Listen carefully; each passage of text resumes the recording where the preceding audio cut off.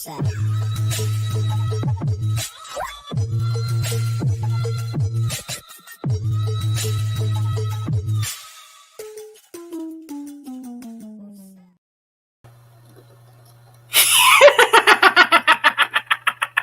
Awesome sauce!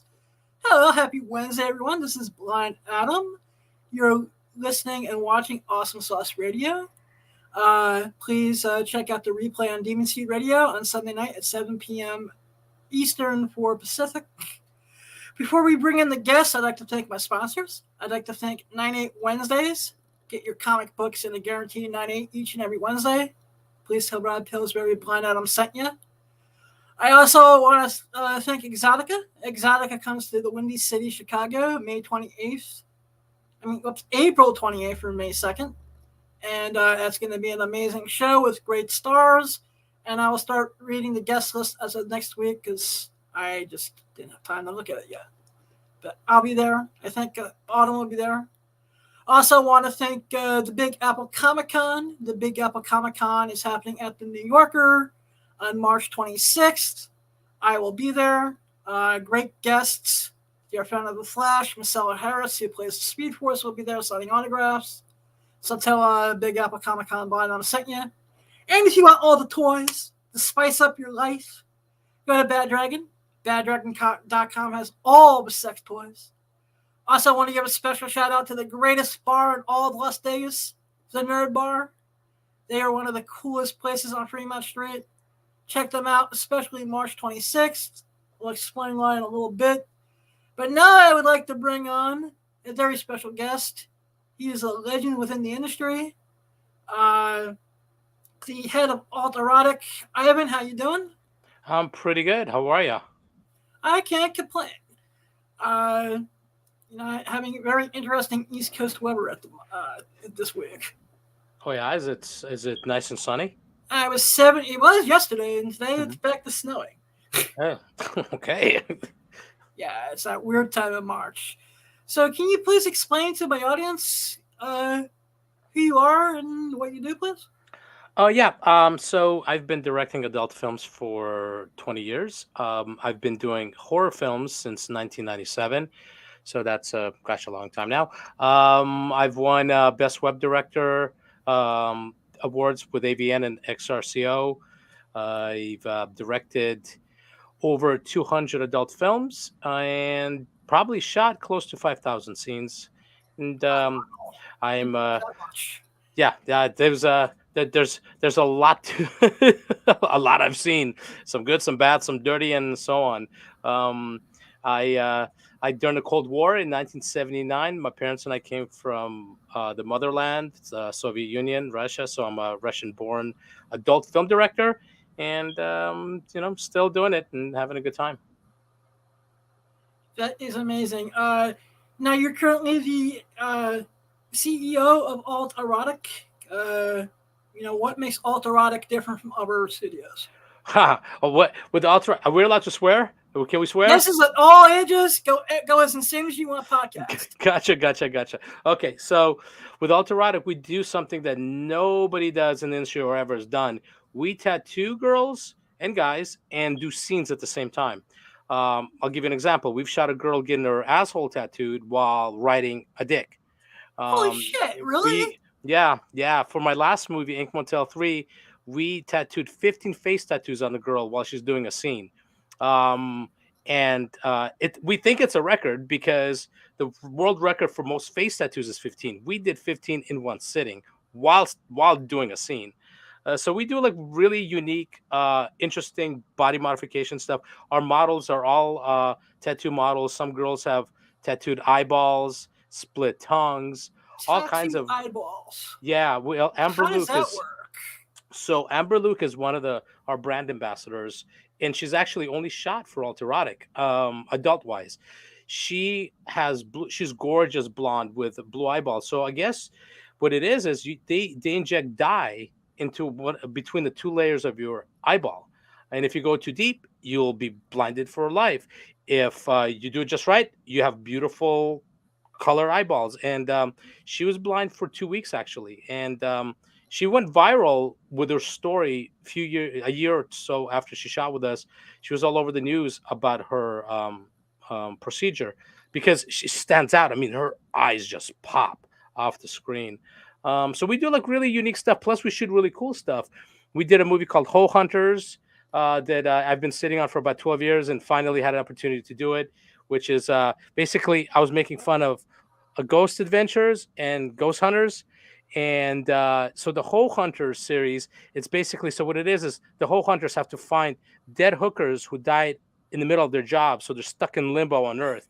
So the Hunters have to find them, they fuck them, and help them cross to the big brothel upstairs. So that's That's basically that is awesome sauce. yeah, that's I sat on that for a long time and I finally had the opportunity to do it. And so we did that. We're doing Ink Motel series. We're actually 3 movies in on that.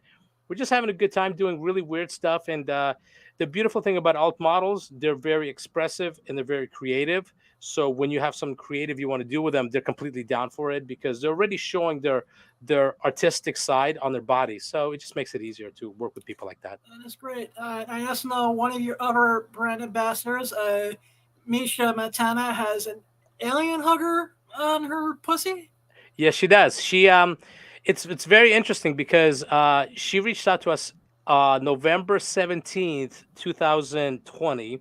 The reason I remember that date is because that was literally the day her and I fell for each other because she's a big nerd and she wanted to get in the industry, start shooting, and we quickly met up. She came out to LA and she wanted to get her pussy tattooed, and so we were sitting there brainstorming, and she goes, maybe the face hugger from Alien. We're like, wait, are you a pussy? She's like, yeah, can you imagine that face hugger? And like when I sit on someone's face when they're eating me out, it looks like the face hugger is literally hugging that person's face. So I'm like, sounds great to me. I love Alien movies. And so Because I initially read that on her Twitter, and I'm like, okay, this has got to be a gimmick. And then I started watching her on YouTube, yeah. and she started talking about it. I was like, wow, that is genius. Yeah, because you know something. The thing is, it's like her and I when we were discussing this whole process, she was like, "Well, can you imagine when the wiener's going in and out?"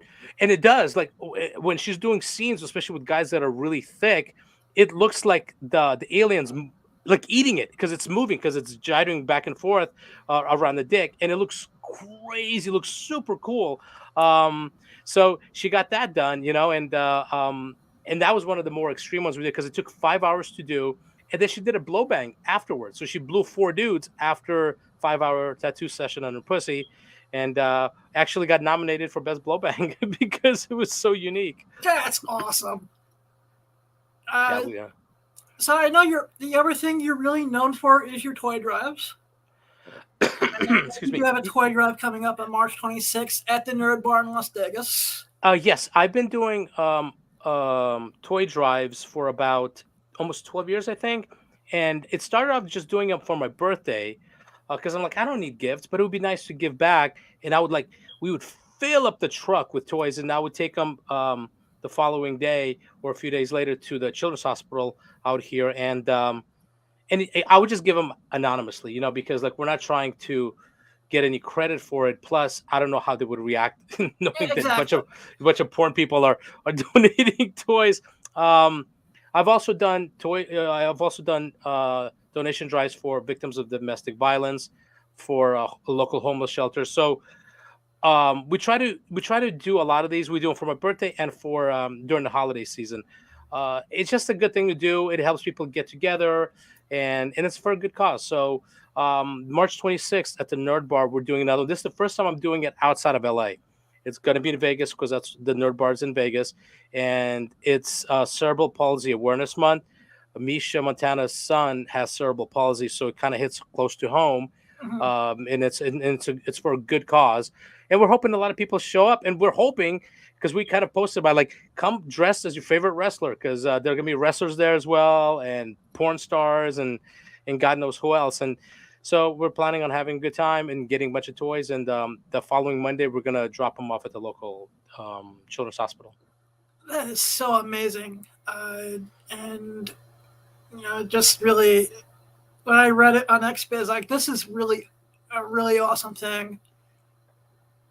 Yeah, it's a you know, it's like if you can, why not give back? You know, and Exactly. I think if more people did that around the world, I would probably the world would be in a better situation. You know, so So, uh,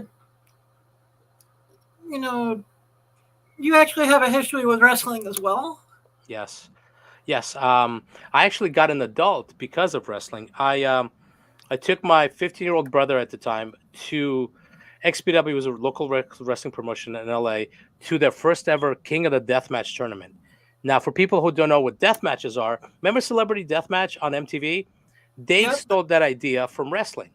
In wrestling, death matches, obviously, as wrestling goes, it's predetermined who's going to win and who's going to lose. But with death matches, what happens when the bell rings to the end, it's a free for all of violence from barbed wire, thumbtacks, glass. I mean, some of these guys will use scissors on each other. It's really brutal and really gross. So we went to this first show, totally fell in love with what we saw. I was working on the TV show at the time, so I went back to work and I told one of the hosts that about this wrestling promotion, and then he wanted to come the following show. So I brought him there, and it kind of wound up that wrestling promotion was owned by a porn company. So the way it worked was like all of a sudden it became like this little cohesive unit where the host met the owner, who was Rob Black, of XPW, the wrestling promotion, who also owned Extreme Associates, And which is Extreme Comics. yes, and Extreme Comics, exactly, yes. Uh, And what happened was eventually I got hooked in with them. So did my brother. My brother was doing their wrestling website, and we were doing their fan site.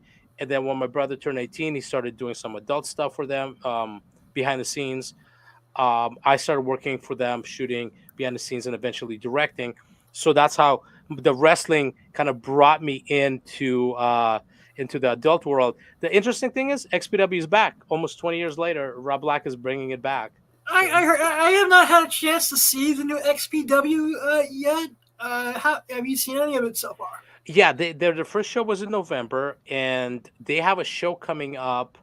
Um, April 9th, out here in LA. He's finally back in LA, and they're doing their King of the Deathmatch tournament with 16 wrestlers. So that means there's going to be 15 death matches, which is insane amount of blood Holy and shit! gore and everything else. It's going to be brutal. Actually, I've shot Misha doing some teases and pictures for XPW. So she's not directly with XPW, but she's kind of like one of the models for XPW, I guess. And I've had her listening to Rob Black's podcast, and she's like, "Oh my god, he's like my spirit animal because he's so strange and weird and just creative in a really bizarre way." And that's why I loved working with Rob back in the day Yes, sir. for Extreme Associates. The I'm actually a fan of Rob's comic book parodies, big time. Yeah, yeah, he was because when he came out of prison, he started shooting the parodies. You know, that's just how I got my name in the industry. Was that when I was working for Extreme, I was actually directing for their sister company, Evolution Erotica, which is basically Extreme Associates, and he let me do whatever I wanted. So the first big movie that I did was called Texas Asshole Massacre, and that put me on the map in many ways. It was nominated for a bunch of awards. It won a best parody award, and it was insane movie. And he was like, do as many as you want. Like he gave me creative control and creative like power to do whatever I wanted to.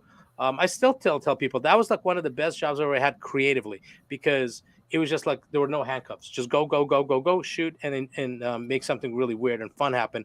In fact, the funny thing is how life becomes a full circle. Misha and I are trying to bring the series Texas Asshole Massacre back. The first one I dated, the only other girl I ever dated in the industry was Cami Andrews. She was the lead of that. Now Misha, who will be the last person I ever date because we're together, she wants to bring it back and she wants to be the new Texas, because the movie Texas Chainsaw Massacre is not based in Texas. It's based on the character called Texas. So it's All kind right. of a play in words. So she wants to be the new Texas. And I'm like, what if you're Texas's daughter? That'd be kind of cool. And just so we got really funny ideas, some really extreme ideas that I think Rob Black would be proud of. So yeah, I have a really interesting history with Rob Black and Extreme Associates. I was there for a long time. When I left, it was on very volatile terms, but time heals all wounds, and I've been talking to Rob, and I've loved working there. It's just when you leave a certain place, sometimes things happen, but I give Rob all the credit in the world for giving me my first opportunity and my break, and letting me do Texas House Massacre that literally put me on the map as a director. That's amazing. Like I said, this industry, not like any other, really, can turn dreams into reality. Well, it could turn wet dreams into reality. Yeah. No, I'm just saying. I went Yes. to my first Exotica right after graduating from a school for the blind. Oh, And really? Mm-hmm. I have something called retinitis pigmentosa, Mm-hmm. which is a degenerative eye condition. I see. So okay, so it's a gradually you Yeah. lost your vision. Oh, I see. Yes. And I was walking around with my cane. First place I ever really went independently. Mm-hmm. And I was just I forget who I talked to. I was like, yeah, I want to be. I was like, can you think a blind person can make a porn movie? They're like, yeah, why not? Right. And then I just started playing around with ideas. Mm-hmm. I was like, yeah, I'm gonna go for it. Made my first scene, and then the pandemic started. Oh wow. Okay, so it was recent. I got myself a mini vids. Oh. I lost my virginity on Howard Stern, so Wait, did you really? 2003. Yeah, I was a huge Stern fan. Oh my god! I lost it to Rebecca Love and Caressa Kisses playing Hollywood Squares. Oh my goodness! Wow. So I always had that little bit of thing, but I was still losing my sight at that point. Mm-hmm. So now that it's stable, I did the podcast, and the last 2 years I've been really able to make some dreams reality. Oh, that's great. That's great. Well, then you're right. You're right. Like you could make your dreams come true within this industry, and especially these days when you're basically in control of your own content, you can really do whatever you want. If you have the funds, you can do whatever you want, and the time. Yeah. So, what advice would you give to someone just either thinking of starting out or just starting out making content? Honestly, I think a lot of people that do content don't understand the legalities of adult and impossible repercussions. Like when you're going into doing adult, you should go in it full bore and do it the right way and treat it as a business. Because I know a lot of people that did a few scenes and they regretted it, or shot something and then later regretted it, and you can't take it back. It doesn't work that way. So if you're gonna do it, you should do your homework on what the possibilities are in the future of what doors will close for you. How can you actually make money doing it if that's what you're doing it for? If you're doing it just to to have a good time and express yourself, sure. But at the end of the day, doing adult, people still look down at you. Whether you're in front of camera or behind camera, there's this shunning of the nose on people for it. So if you're getting into it, make sure you're doing it for the right reasons and you're doing it with a well-level head, understanding that things can close for you, but a lot of things can open up for you as well. Also, I decided I was going to do this was I want to give anyone with a disability hope. Yeah, no, that's great. And that's all I heard in the school for the blind. Every time I said, I was like, can a blind person be a strip club DJ? No. Can a blind person do anything in the entertainment industry? They're like, no. Till one day I just got really pissed off. Mm-hmm. And I cut a Shane Douglas promo on their ass. Did you really? Oh yeah, actually my favorite, and I actually studied it like a textbook, was the shoot promo he did at XPW, ironically enough. I was there. It was at the Avalon in Hollywood. I actually quoted to my social worker from Services for the Blind was, "You Barney Slice looking motherfucker." To the point where if I ever got the chance to interview Shane Douglas, I would thank him for that because I put my own spin on that promo, which I recorded and put on SoundCloud, Did you and told that really? every person in service for the Services for the Blind. And I said, I'm gonna win it. I'm gonna win an award in adult entertainment. I'm gonna come back and shove it up all your asses. Oh my God, that's brilliant, man! But when my brother and I were there when he was cutting that promo on Hulk Hogan and Ric Flair, and the crowd was going insane because, especially back then, this was like what 20 some years ago, nobody talked on those guys. Those guys were like legends, and there's Shane at XPW, the local promotion, just going off the deep end, and yeah, it was. I'll tell you an interesting And story the about. best part of it, you see Chris Candido, God rest his soul. Yeah. He just looks at this like, I want no part of this. And I said, no, this is not a promo. This has got to be real. Yeah. Oh my goodness. The interesting thing is like with Shane. So the first show that XPW ever did on the East Coast was at the ECW Arena, at the Bingo Hall, Mhm. and XPW actually flew my brother and I out to shoot behind the scenes. My brother was supposed to do live play-by-play, and mind you, this was 22 I don't know, 22, 23 years ago, and this wasn't like there's social media. There's no social media. It was like some really shitty webcamming and live play by play on the message board.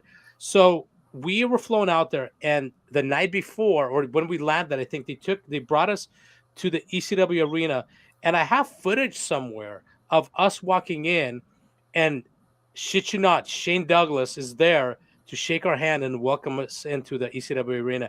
And Oh to me, that was the wow! most surreal moment as a wrestling fan. I'm getting goosebumps just remembering it. It was like, oh my God, one, this is ECW arena. This is now also CZW's, home turf that XPW is invading, and we're here, and there's Shane Douglas welcoming us in, and yeah, it was amazing. I mean, that first show, Hostile Takeover, sold out, over 1,000 people. It was insanity. Um, yeah, XPW's brought me a lot of really cool wrestling memories, and getting to see ECW guys wrestle and in person, and meeting some of them is wonderful. That's why when they're coming back now, I'm like, I need to help out. When I found out Rob was bringing back XPW, I reached out to him like, hey, I would love to help you out in any way I can. So um, I'm at his disposal. I'm not doing death matches or anything like that, but I'll help Yeah, out in I'll other pass ways. on those too. Yeah, yeah, Unless you exactly. like, there's one of my old social workers who I would fight in a death match. Oh, yeah. I have a few people in the porn industry that I would definitely like to hit with in the face with a light tube. Yeah. So going back to the toy drive. So you just have to donate a toy and be dressed as a wrestler in order to get entry into the special room on the 26th. The toy for sure. You don't have to be dressed as a wrestler, but it'd be more fun, I think, to be dressed as a wrestler. My friend who's helping me put it all together, he's donating 12 Lucha Libre masks, so that maybe people could throw Nice. one on if they want. Uh, yeah, it would be more fun because like the nerd is literally what the name is, the nerd. I mean, every room's got its own theme. There's a wrestling room, there's a Japanese animation room, there's a bowling alley, and the big giant 10-foot mechanical penis that girls ride. All kinds of cool stuff. You know what? I need to go there, be actually 100% sober the next time I go in there because I did not see the big penis. Yeah, you need to go in there because in November, I think it was November or maybe October, we actually did an event there called the Pro Penis Riders World Finals. Um, it was the same weekend as the Pro Bull Riders World Finals in Vegas. So my friend Ruben, who actually reached out to me, is like, "Hey, my friend owns this nerd bar, and they have a 10-foot mechanical penis. Do you want to do something with that?" And so we started brainstorming, and I think he's the one that actually came up with the idea of like there's the Pro Bull Riders tournament that week. One we do Pro Penis Riders tournament. So we sponsored it. We made trophies, and we had a great time. Oh my God, the footage we got from it is priceless. Um, so I love that place. The owner of the bar was fantastic, very accommodating. So we're like, well, anytime we could do something and they're will let us use it, I'd love to go back to the Nerd Bar. Plus, it's also on Fremont Street. So you're done with the Nerd Bar, you walk downstairs and see some more freaks. So it's a Exactly. it's a whole wonderful experience. Like I said, Fremont Street's the only one place that puts Times Square to shame. Yeah. Oh my God. Yeah. Fremont Street, especially that ceiling. If people have never been to Fremont Street, they should probably Google Fremont Street to see that the roof that has the screen over it, because it's basically what, like a few blocks of craziness, stores and street entertainers, and then above it is like this domed roof that projects different scenarios. Like right now, or at least last time I was there, they had a scenario of meteor shower and meteors exploding and spaceships exploding. So you're literally walking under a meteor shower that's exploding with asteroids and all kinds of stuff. It's a pretty amazing place. That is great. And also, the Nerd Bar also has a RVD dispensary tour going on right now too. What a surprise! Yeah, I read that. I was like, I had to make a special trip out there just and spend $100 on this tour now because I'm curious. Right, exactly. It's like three of RVD's favorite dispensaries. I'm like, this is like genius marketing. Right, yeah, 100%, 100%. You are known for making fetish content. I guess like with autoerotic, the tattooing part is fetishy because most companies don't even most companies won't even shoot tattooed models, heavily tattooed models, and we obviously do. And yeah, I guess our fetish stuff would be the tattooing part. We can't do piercings because there's blood. You can't have blood mixed with porn. So, and tattooing wise, when we're tattooing, if there's any blood that's shown, we edit that out. But usually there's no blood. It's just ink and things like that. But yeah, I mean, like I guess tattooing wise, that's definitely very fetishy. Um, when I was at Extreme, we shot fetishy stuff just because it was so weird and strange. What is one of some of the weirdest stuff you shot when you were over at Extreme Studios? When I was at Extreme, I'm trying to remember. Okay, so I did when I did when I did Texas Asshole Massacre, I wanted to put commercials in between scenes because I'm a big fan of Kentucky Fried Movie, which was basically a weird comedy with different skits and commercials in between.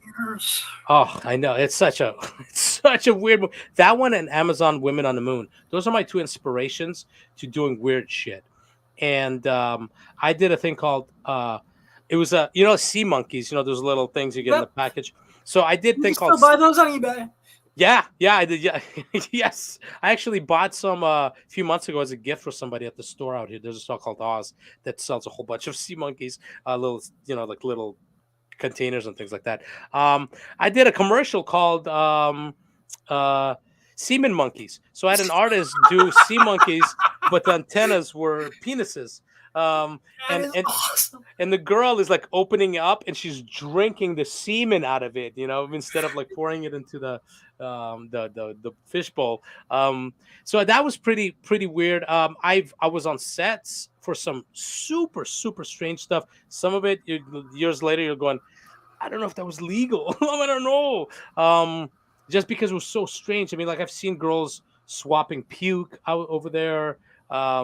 I mean, the gaping stuff is just too much. Like I'm squeamish, so when you start seeing gaping stuff and you see girls' assholes like prolapsing, oh, that kind of goes. You're like a amateur doctor at that point. But like with Texas House Massacre, I did a movie called Dawn of the Head, which was basically like Dawn of the Dead, but Dawn of the Head. Yep. So I try to do some fun stuff over there.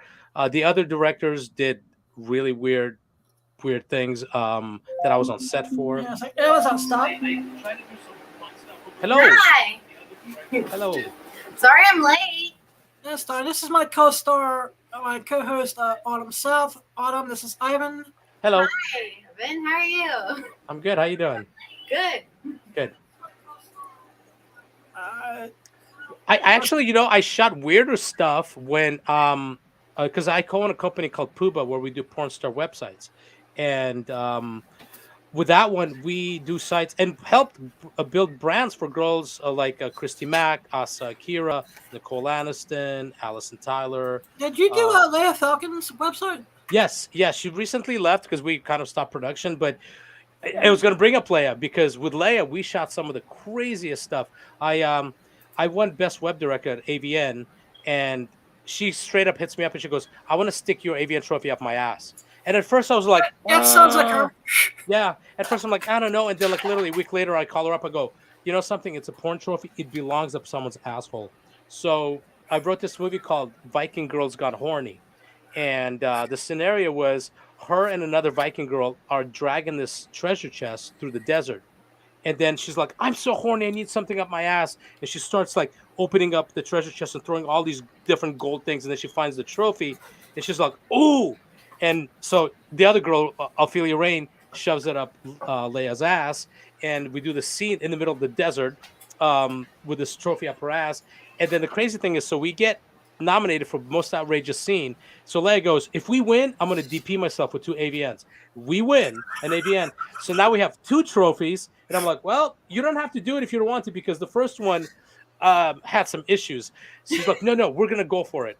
So I write a movie called Carjackers, where it's a bunch of girls in ski masks of carjacking dudes and jerking them off and fucking them and all kinds of weird Ooh, shit. that sounds fun. Yeah, it was a unique movie, and the scenario, every scene was an homage to an old like a gangster movie, or like more like an inner city gangster movie, like Boys in the Hood, Menace to Society, things like that. Yeah. So for the Leia scene, I wanted to give an homage to Boys in the Hood with a domino scene with Ice Cube.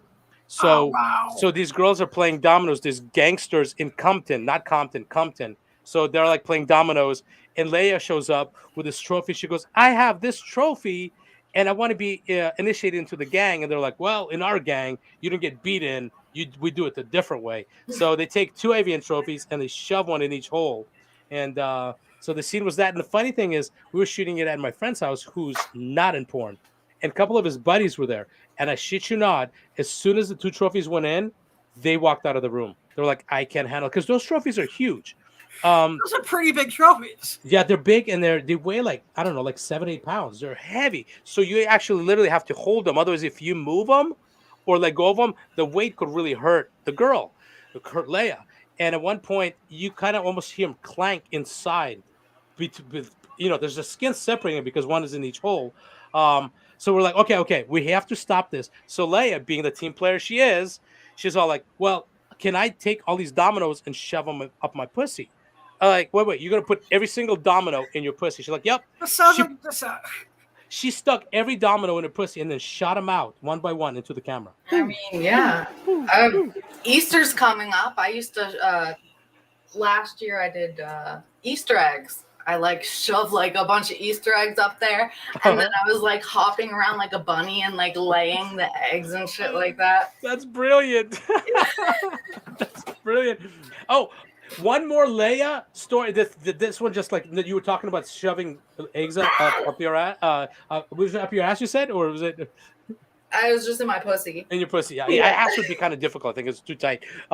So we were shooting one of the last movies I did with Leia was called Cuck-a-Doodle-Doo. So it was a cuck movie. So she had a bunch of these cucks in the scenes, and she had the slave at the time. So he was like this heavier set dude. So I bought him a rooster mask and chicken feet. So he's sitting there in little BVD tidy whities, and I built this whole set to look like a farm at my house in Vegas. And so the scenario is he tried to escape. So she grabs him and brings him back. She goes, "I'm going to teach you a lesson." So she winds up, so we got a big bucket of fried chicken. And the scenario is going to be she's getting fucked by this dude, anal. And then at the end, the guy comes in her ass, and she's eating the fried chicken throughout the scene. And at the end of the scene, she takes a drumstick, shoves it up her ass, gets all that jizz out, and shoves it in the chicken's mouth. It was as revenge for trying to escape. It was the most insane thing I've ever seen. And he said before the scene, he goes, "Just don't put it in my mouth because I'm probably gonna gag." And she shoved it in his mouth, and because she lifted up his mask enough so you don't see this face, you just see his mouth, and she shoves it in, and he's all, and I'm shooting, and I'm like, Because like when somebody starts gagging, you start gagging. Exactly. I It love was that. it was pretty brutal, but it's lives in porn infamy now, on DVD. So. I want to do some weird, crazy shit like that. Just Well, let me know. where are you located? Me, I'm on the East Coast. You are on the East Coast too. Yeah, well, Mhm. make your way out here. But maybe we'll shoot some super weird shit. Super weird shit. Yeah. I'm into all the super weird shit. I gotta stop putting this out there on the internet, but one of the things on my bucket list actually involves Leia. Oh, really? Your anal virginity? Yeah, I'll give Leia Falcon's one of the only 3 people in the industry I will give my anal virginity to. As long as I'm tied up, handcuffed, and she's wearing a Harley Quinn or Slave Leia costume. I mean, we keep talking about it, and you don't find anybody. I'm coming for you. That's what I'm gonna do. We're just gonna Peg City. So she's probably still putting that in the universe because one day Leia's gonna be at my door, like with baseball bats. Yeah. I shot her pegging a guy before, and it was one of her like cut guys, and it was brutal. It was brutal. He was trying to run. He was definitely a dick runner, and she was pulling him back. Stop running, motherfucker! Stop running! I'm like, oh my! And she told him he was not allowed to practice doing anal. It was his first anal. He wasn't allowed to practice. He wasn't allowed to stretch. The first time, I can live with those terms if it's Leia Falcon. If we can make this happen for Leia, as long as she's wearing a Harley Quinn costume, she can have my anal virginity. Oh my goodness. Okay. Well, we'll put that on record. We can get that in the X-Biz tomorrow. There you go. Press release. Yep. Exactly. Shout out to Brian or PSGPR. Yes. He's gonna shoot me now. Yes. We could probably make it happen. You come out to Vegas. I'll bring the camera. Let's go. Right, cool. Exactly. You bring the butthole. She brings the strap on. I'll bring the camera. We're ready to go. All right, sweet. You just bring the butthole out, and that's all you gotta do. Let's see. What is amazing Las Vegas Comic Con again? That's what I do. Just bring the butthole. Bring the butthole. Bring the pussy, and see what crazy shit you can put up there. Honestly, that's. Usually. Have I ever one of the two of you seen the Batman? The new one? Oh, the new Batman movie that you're telling me about? No, I haven't had a chance to see it yet. Me neither. I have been moving into my new house, so I've been doing all kinds of crazy stuff. Super fucking busy, trying to work, do my Sex Panther stuff, and like camming and everything, and all of that. Make porn and move into my house. Excuse me, Ivan. Are you watching any current wrestling besides XPW? AEW. I'm a fan of AEW just because it's closer to indie wrestling than WWE. I love AEW. Yeah, AEW is amazing. I used to watch a lot of New Japan wrestling when it was on TV, but then they kind of lost their contract. They're coming. They're back now on Access TV, but it's all reruns stuff I've seen already. Really? New Japan Wrestling. Yeah, like I said, we need to make a lingerie wrestling league. I feel like they have lingerie wrestling league. Is that not a thing? Yeah, there's like adult girls in porn do that. Yeah, they do like a lingerie thing, and some of the lingerie thing, like fighting in Jello pools, like shit like that. That lingerie football league is amazing. Those girls are stupid hot. Girls are beast. That shit where it's just a lingerie and then they have like the pads. Yeah, and they're all like super athletic and they all have camel toes. I'm like, this is like the best sport ever. Exactly. Yes. It all should be shot in slow motion. The whole game should be in slow motion. Oh, speaking of, tell them your new scene that you wanna try to do with the cutting the crotch out of the thing and going out in public and see if anybody notices. Oh yeah, I saw it on Pornhub today. Whenever I was looking on Pornhub, like there was these girls that kept like cutting the crotches out of their jeans, and then they would just like walk around in public places. I'm gonna see if I can do it and not get caught. So we're gonna try that next. Next to the pit, we have to do more pissing videos then, or we're gonna put them on YouTube. In the hotel hallway.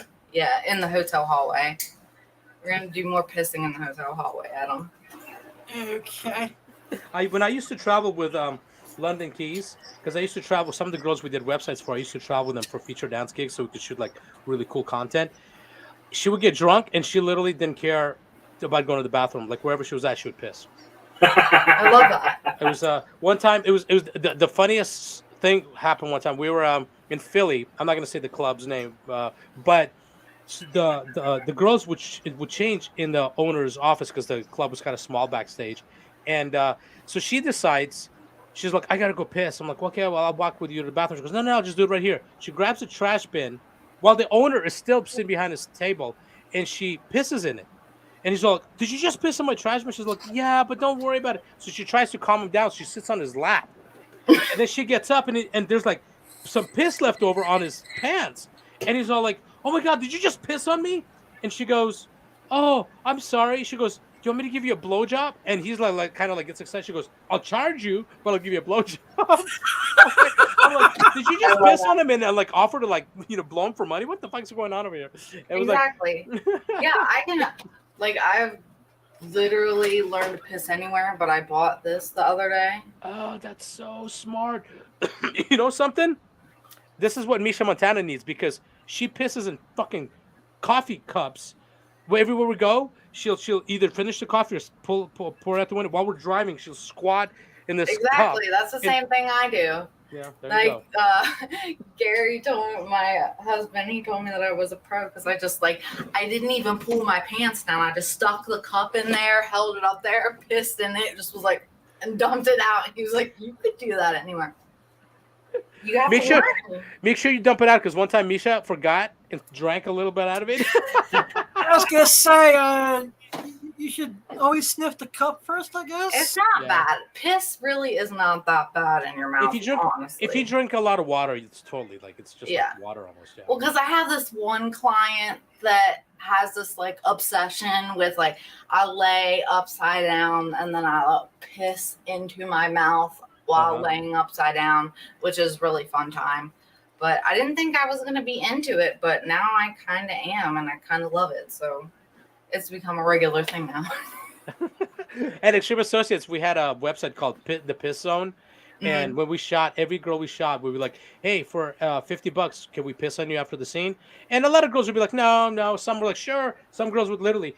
We had one girl, we had a kiddie pool in the back of the warehouse. That's where all the piss zone happened, in the kiddie pool. And this girl did what you did. She got in pile driver position and pissed in her mouth. We're like, ooh, that's amazing. Yeah. Now that's a talent. Because, like, if you get your hands up, like, if you get on your back and you, like, lift your ass up high enough and you hold yourself up with your elbows, like, you can just get it straight in there. Like, you just go. I love it. I love it, love it, love it. So fucking weird, though. So. Yeah, why not? It's amazing. So what have you been up to, Adam? What have you been doing? Let's see. I've been writing a scene that I want to film sometime in the near future. Awesome. Yeah, we've been working on Pornado.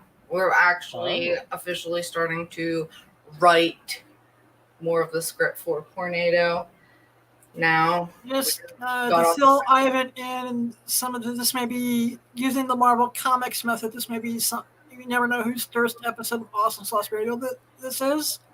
So let's explain what Pornado is real quick.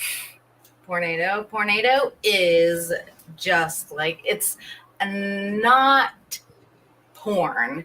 It is like a hard R type science fiction, but with a bunch of different porn stars in it. It's about a alien queen, which is me, a bad guy that creates these tornadoes that suck up porn stars and stuff from different conventions. And she's basically going out trying to rule the world. Evan Stone is trying to be the one that saves the world. This, that, and the other. A lot of crazy things happen. My character's name is Venus Vortex, and she has like a pair of underwear that is like the key to explode the world, and she like thrusts it, to like end the world and different stuff like that. It's pretty cool. So there's a lot of crazy different things. There's a lot of like Katie Morgan, Evan. There's a lot of cool people in it. A lot of TNA. Yeah. Excuse me, Ivan. You have anything new on the horror side of things? Yeah, actually, it's funny you ask because we're supposed to be shooting a music video um, in 2 or 3 weeks. It's either going to be the first weekend of April or the third weekend of April. So we're doing that. We did a series of short horror comedies called Roadside Killer, which eventually now Trauma is distributing, which is awesome. And I grew up watching Nice. Trauma, and like Trauma is like my filmmaking partner and I were like, once Trauma picked it up, we were like, as horror filmmakers, this is like the dream come true. So he's directing. I'm going to be director of photography on it, and it's gonna be a fun experience. We're thinking of doing another Roadside Killer movie. We're 2.5 in. We did two, and then we did like a half of one. So I think we're gonna try to pull another one off. With this Texas Asshole Massacre, there's a porno, but we're gonna try to have some little horror into it as well. Horrors and horror. So Yes. Nice. I actually I love that. I actually love own horrific.com, but it's spelled like whore, WHO, horrific. horrific. Yeah. I love that. I love that so much. I mean, porn and horror go hand in hand. Always have, always will. But Did either of them remember the horror chick called Misty Mundane? Yes, I yes. wonder what happened to her? It's funny you say that because maybe last week I was listening to a podcast and some guy who was in the chat room brought her up and nobody knew who she was, and I'm like, how do you guys not know? She was in all those EI and alternative cinema movies. I used to buy the magazine. I used to buy those DVDs. They did movies like Erotic Witch Project, like really like super low budget cheesy horror Like slash grind softcore. You can see on house, Skin on like- Ice at like 2 a.m. Yeah, exactly. With really super low budget, horrendous acting, just a lot of TNA. And she was one of their contract girls, I assume, because she was in half their movies. But yes, and actually, the first horror movie I ever did that got distribution was through that company, EI Cinema, Alternative Cinema. They were like sister companies. Because I haven't heard So- of them in years. Yeah, I don't think they're around anymore. They used to do the comic book convention circuit on the East Coast a lot. Yeah, because they were it was like this nerd genre that they were kind of like part of, and they did like Spider-Man movies, but they weren't Spider-Man movies or Spider-Woman. They were just There was like Spider Yeah, Babe. 'cause she actually played Spider-Man. Oh, see, there you go. Yes. Yep. Oh, is this like a room of nerds here? What's happened? Yeah. Like Actually, horny nerds? I am a comic book and porn based podcast. Exactly. That's amazing. You know, And my I'm just my other lost. hero in the industry is Axel Braun, and that's because Porn when I and was in school for the blind, I got banned from the TV room for the rest of my time for watching Batman XXX on a state-run TV and DVD player. Oh. That's funny. All of a sudden, the head of residential comes and goes, "You can't watch that here. This is I'm like, I thought that this is my time to practice learning how to use technology and." I'm just trying to figure it out. I hated my guts. Feeling is mutual at times. Exactly. But at least I can read Braille, walk with a cane, and take care of myself. So that mission is done. There you go. Yeah, I've been thinking about trying to do some horror shorts too, but I don't know where to even start, honestly. Oh, I have a couple ideas in the No. book. Gary has a bunch of ideas. He's the idea man behind it all, but The only issue with horror is just expensive because if you're doing practical effects, man, when we did our second Roadside Killer movie, the only thing we paid money for was a decapitation, and it was like $2,000 just in supplies. Everybody worked for free, but like the supplies was like $2,000 because the blood, and then you have to do the mold, and oh man, it was like the whole time-consuming part, because you're basically making like a cosplay when it comes down to that stuff. Yeah. Most of the time, because you have to do a whole put the latex on and do the special effects. I mean. Well, even like the VFX part of it, like to buy packs and like get the stuff that you need from like these stock websites to like find like the blood splats and stuff that you actually want. Yeah. Some of that stuff can be really fucking expensive. Yeah. Yeah. 100%. But it would definitely be cool. I mean, Yes. Well, I think a lot of it, especially for horror filmmakers, when they do like low budget little shorts or even features, it's a labor of love. You do it because you truly love it. I mean, you probably will never make your money back, which is not even the point. It's the point of the creative outlet is Mhm. priceless, and Yeah, you can't be buried with your money, so might as well enjoy doing what you're gonna do. So, exactly. Exactly. And But- also, it always costs money to make money, so you never know. It might take off and be a cult hit. Yeah. 100%. But That's at exactly this it. point, like who knows? You might not even be able to freaking post it anywhere at this point. Like everything's so monitored anymore that they're just gonna shit on all of it. You're right, exactly. Well, like you were saying, like Blair Witch Project, those guys, that was their sixth movie, and they were gonna quit after that one. And that was one the hit. sixth movie. That was their sixth movie, and there was the last one. They made it off their credit cards, and they were broke, and they just made it, and it hit because they found a cool niche, which back then, without social media or really proper internet, people thought it was real. I remember being at a Weekend of Horrors, and we were actually had a booth for one of our movies, and we heard about Blair Witch Project, so we went to the screening of it, and we walked out of it because this is when they were putting out little news clippings of these filmmakers are missing and they're gone. They Mhm. had like a little website, like here's found footage of these filmmakers that are Mhm. gone, and people thought it was real for the longest time because you just didn't know. It's not like now everything's like on Twitter and Instagram where Yeah, I think that was the first type of like self-recorded type, like self-shot. Yeah, like yeah, those VHS movies. that's exactly it. Yeah. I love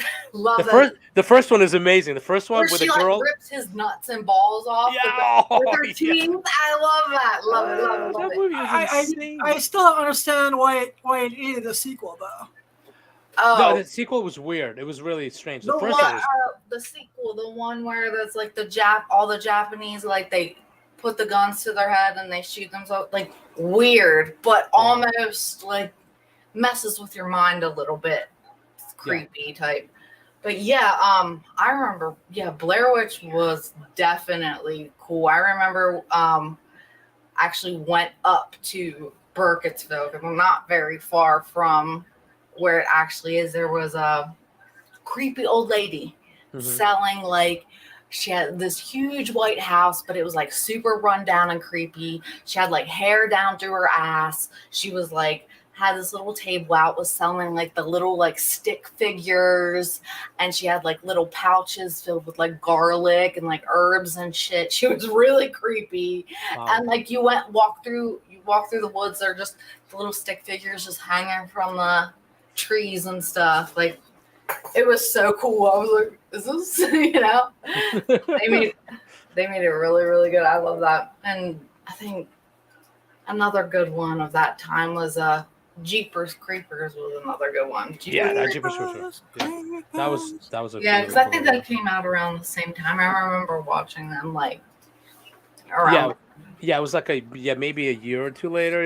But it was all around the same time. Yeah, that was really a cool movie. That was really that creature. Whew. Yeah, for sure. Jeepers Creepers, that was a good one. There's only a few scary movies that actually stick out in my brain that I remember as being like, yes, that freaked me out. What was it? The Collector and the Collection. Have you seen those ones? Yeah. Yes. Good. Yes. Love those. Love them to death. To me, a movie I still can't watch by myself is The Exorcist. No, I can't watch that myself. It freaks me out. Yeah. That movie. The Exorcist? Yeah. Yep. You obviously you're obviously not freaked out by it. She just laughed. Okay. No, like the. How about like the original uncut version? Where she sticks the cross and the. Yeah, exactly. That's- Where she that's walks the like a talking spider about. down the stairs. Yeah. Yeah. Yes. Oh, yeah. Yeah, I 'cause actually- I remember watching it, and I think they definitely cut that part out, right? Like that was like the extended.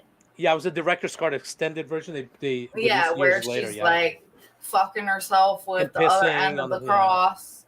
Yeah. Which now I think about, I'm like, that's fucking cool. I love that. Like, I want to do that now.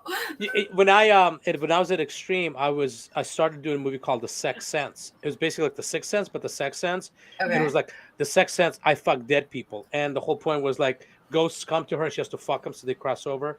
And the only scene I shot for it, I gave an homage to The Exorcist, where the scene where they're having dinner, and the little girl Reagan walks down the steps, and she's down the stairs, and she stands there, she pisses herself. Mhm.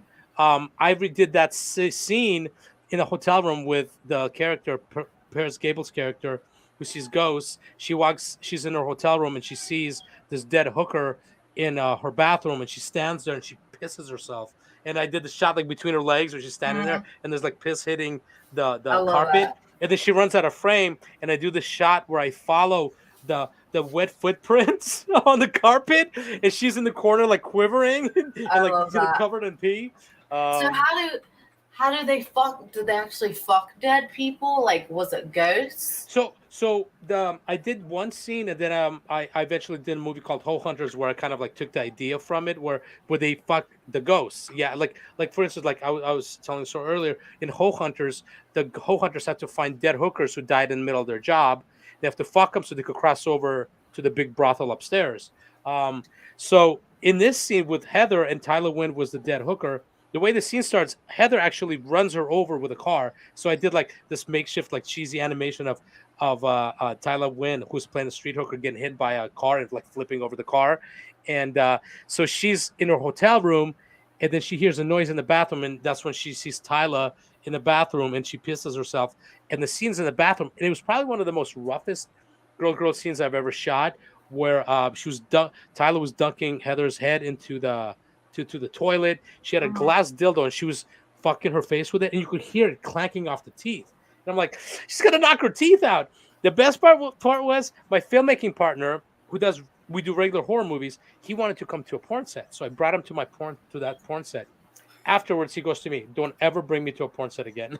Oh, wow. Yeah, because I was thinking, like, what if you like green screened the like penis, so then it just like looked like there was nothing going inside of the vagina. Right. Does that make sense? Yeah, or you could do it reverse. The guy is all green screen, and the penis is the only thing that's floating around and goes inside her. Yeah, Like a but like floating penis. the whole penis itself is like greened out, so that way like it just is like a hole, and then like you just see like the hole moving. And you don't actually see a penis going inside. Right. Yeah, that'd be crazy looking. That'd be like that would be crazy looking. That's what I was thinking. Like, how do you fuck a ghost? You wouldn't see their dick. You would just see like the vagina moving. Right.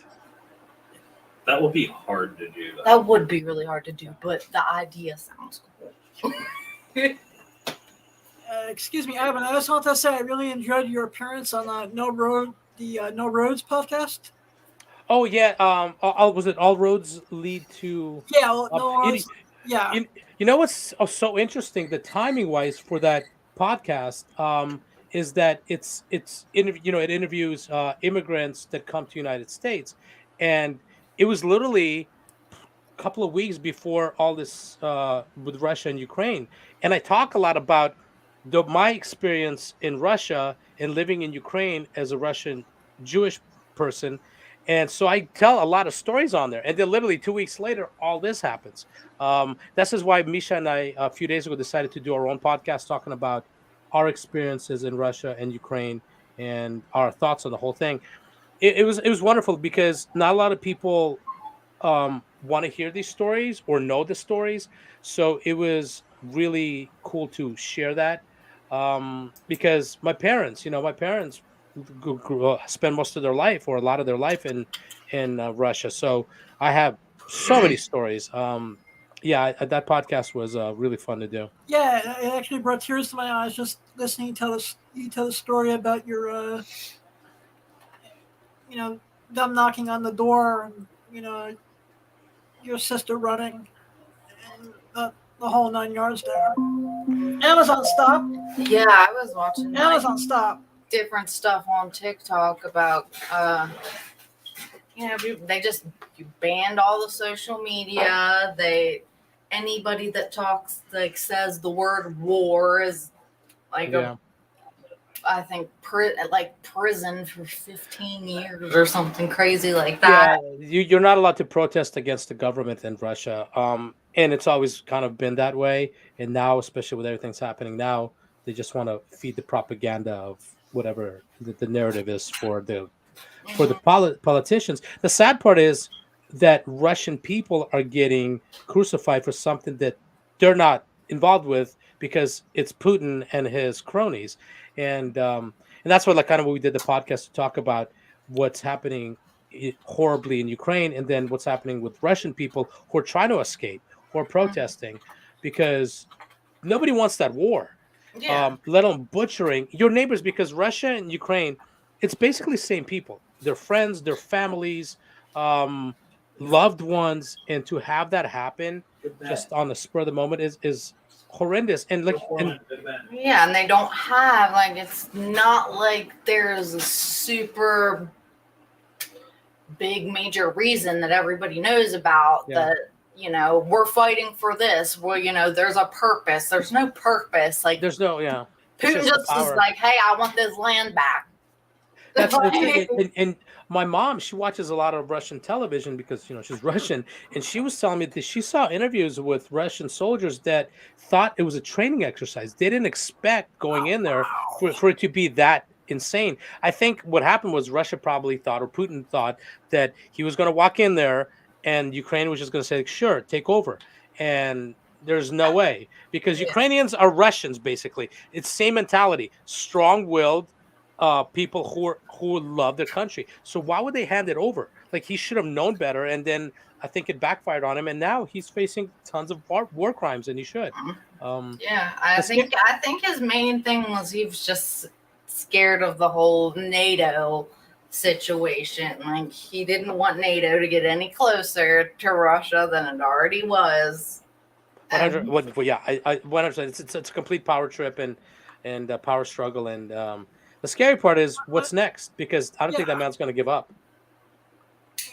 No, scary hearing today that the power to Noble went out. That's what I'm saying. It'd be easy to just pick him off and have him go about his, everybody go about their day. Just. Well, you would think there would be somebody close to him, be like, I could be a world hero by just bumping this dude off. I mean, really, because supposedly there were 8 different assassination attempts on Adolf Hitler. There's got to be assassination attempts on this dude. There has to be. Otherwise, the planet would be dead.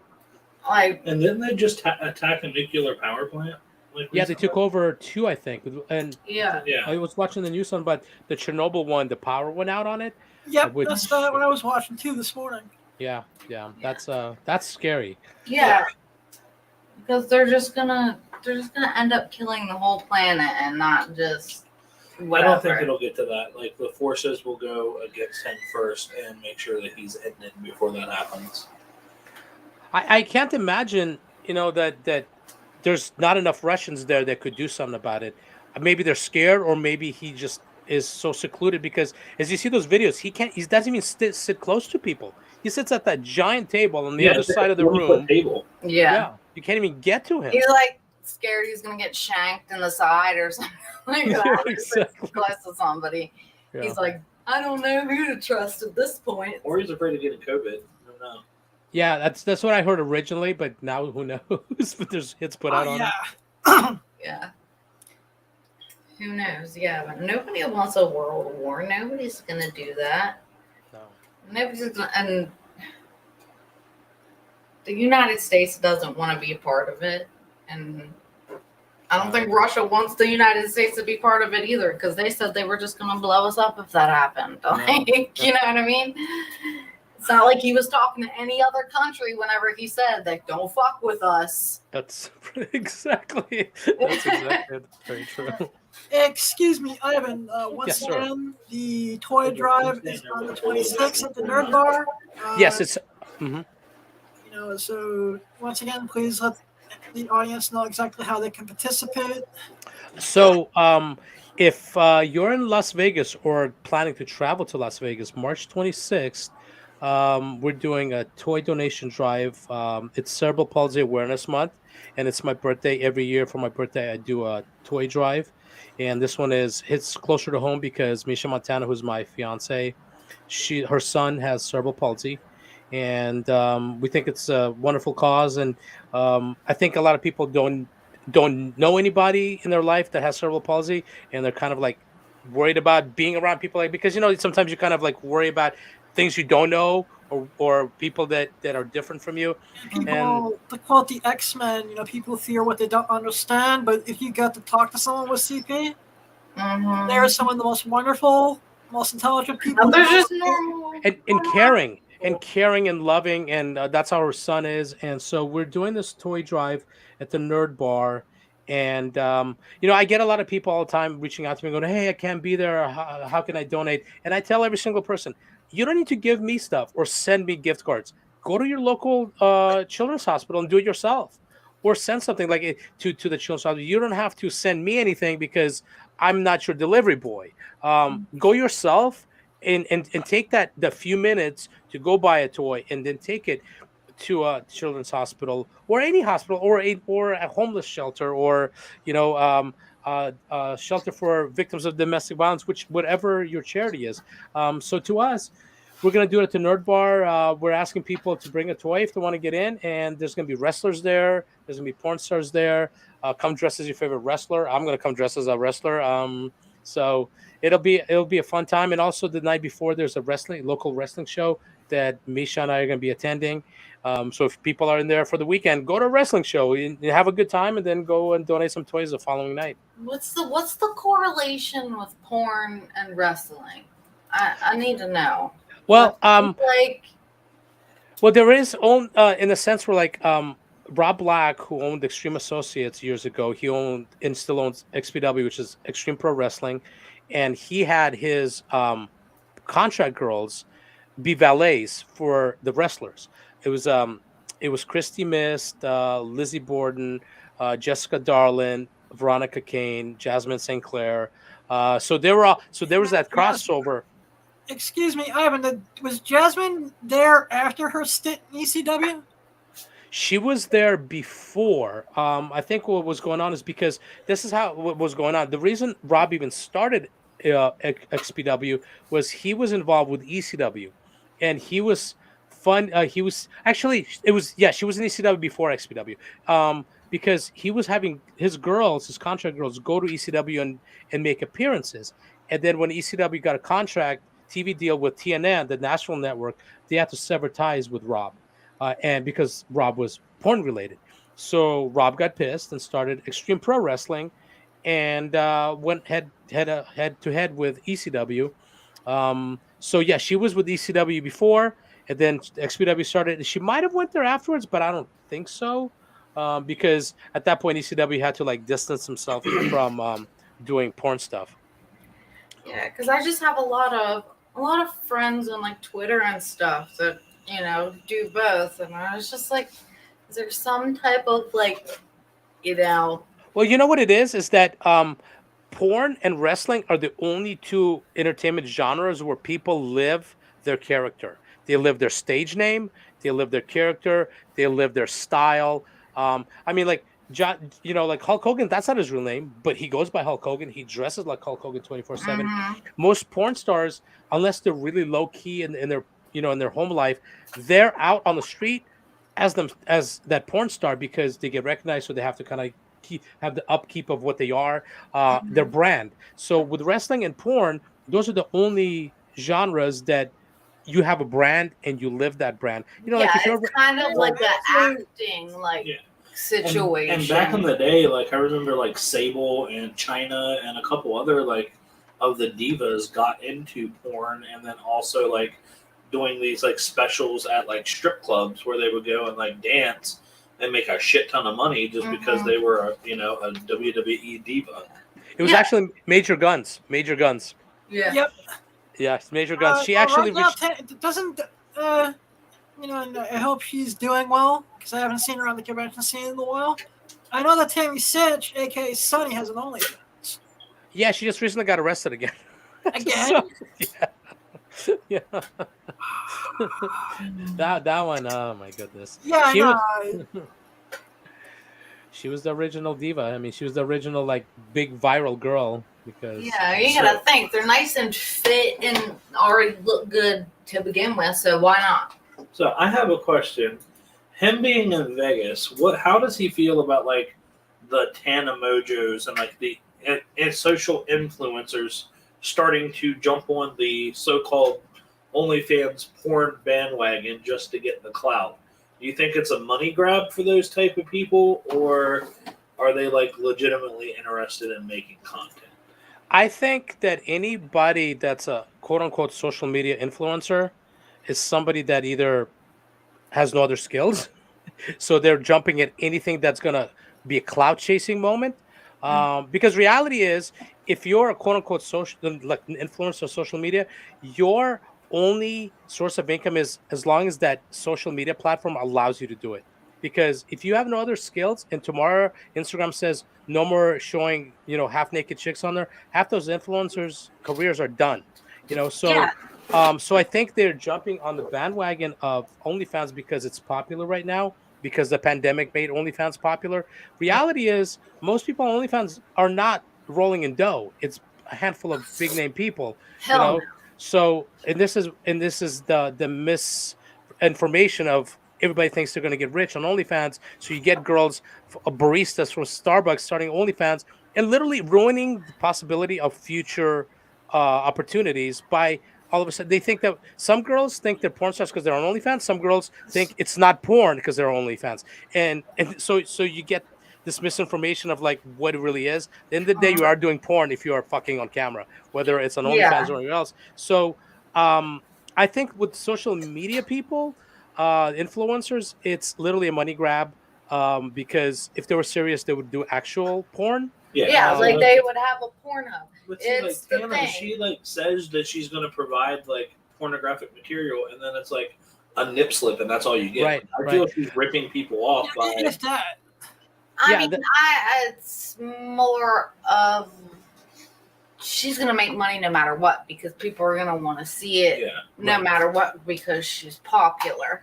But then you have all these other girls that think that they can go and just do like a little nip slip and post just little lingerie photos and make bank on it whenever that's not the case. Yeah. You can't think that you're worth, $20-$30 a month over here on OnlyFans, and people are getting this misconception like, I'm subbing to their OnlyFans, I'm gonna see their whole, shit and shebang, and that's not what they get.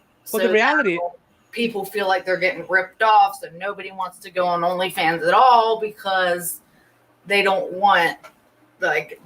know what content exists on there, and they don't right. want to be ripped off. Well, like that's why branding is so important. The bigger your brand, the more you're going to make, because the bigger outlet you have for people to find you, because you have a fan base. If you're just somebody new, you might be the hottest person on the planet, but if nobody knows you and nobody knows you have an OnlyFans, you're not going to make a penny on it, because it's not just because you're hot you make money. That's not how it works. Because there's some girls in the industry that conventionally they're not hot, but they're rolling in money because they're smart business people. That's the most important thing. Being a smart business person means building a brand and growing it and then making money off of it. And Not that's what. not expecting to be rich and famous overnight.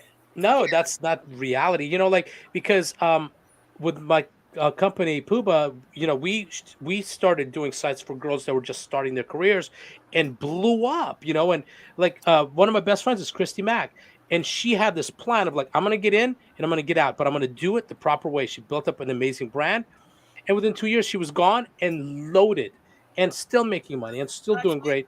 Christy saved my ass at Exotica a while back. Oh, she did? What is the? Yeah, basically she let me use their phone charger and she sat me down. She's like, "You need to be safe. You need to be careful." Tell me more about. Is it Puma? Is it Puma? Is that what it is? Puba. Puba. Tell me more about what that is. I So was interested. I was looking at your Twitter. so we we started the company about 10 years ago, and we're literally just a porn star website network of sites. So we haven't shot in a while just because with the pandemic couldn't shoot, and then the girls found OnlyFans and kind of disappeared for their websites. But what we do is we provide all the content, we provide the website design, and I do all the shooting, and we would shoot the coolest shit. And down to like we would do we had a DVD deal, and we would do a showcase DVD one a year of a specific girl. And since it's content for the girl, we could shoot anytime, because usually, when you're shooting a girl and you're paying her, you have her for the few amount of hours during the day, and that's it. But when it's for her as well, for her website, we could spend 2 months shooting a movie. Mhm. And we did, I think it was 6 years in a row, we had movies nominated for Best Showcase. And mind you, it was all content trade, because the girl was down to shoot. It was for her. And so that's just kind of what we did. And we haven't been in production in a while just because of the pandemic. It just kind of like really, I mean, like a lot of the companies, it really hurt them a lot. And that's why OnlyFans grew, because you could sit at home, quarantine, and then Yeah. start shooting stuff. That's what I'm saying. But I want to go out and do more, because for me, it's like I'm just doing all of this myself Mhm. at this point. Me and my partner, we just do all of it ourselves. But if I could like go and do it with some branch out and do some other things, I'm ready. Like, Well, yeah, enough. we can chat later about it, because also, with alt erotic, we shoot alt models, and you're very old. I feel very old. Yes. Yes. I now have this. I'm Jeremy. You have to forgive me because I'm fantasizing about being face down, ass up with getting destroyed by Leia Falcon for a minute. Oh my goodness. You get you your know- asshole destroyed. Is that what you're? Yeah, she's gonna get handcuffed to the bed. She's gonna smack me a few times. You should probably you should watch that scene on her website. I'm sure it's up on her new website as well. It's it's that scene where she pegs that dude for the first time. I'll She's check it out. Yeah, She's but see, since Adam is blind, what happens if somebody plays a switcheroo on him, puts a man in there, and then she's just in the background going, "You like that?" while he's thrusting. I may be blind, but I'm not that fucking blind. You know what's crazy about that scene? So check this out. So this guy, he was like some computer programmer, like high profile person, right? So he and he's a big fan of hers. So he couldn't show his face. So he had a wig that looked like Howard Stern wig, like this giant big wig over his face, and he's naked with this wig, and he's standing there. We're shooting in a hotel room, and she tells him, put your hands behind your back. So he puts his hands behind his back, and I think she put like one of those guy chastity belts on him. So it's like, it's got a lock on his dick and balls, and she pretends she's gonna kick him, and he like flinches and puts his hands in front, and she goes, "What the fuck are you doing? Put your hands back." She wasn't gonna kick him, but then when he flinched, she's like, "I got this." She starts kicking him in his dick. Oh my god! I'm just like, oh my god! I feel I literally was like, I'm a guy. I need to step in. I need to shove her aside, and it's like, stop kicking the man in his dick. Stop kicking this man in his dick. And I'm like, man.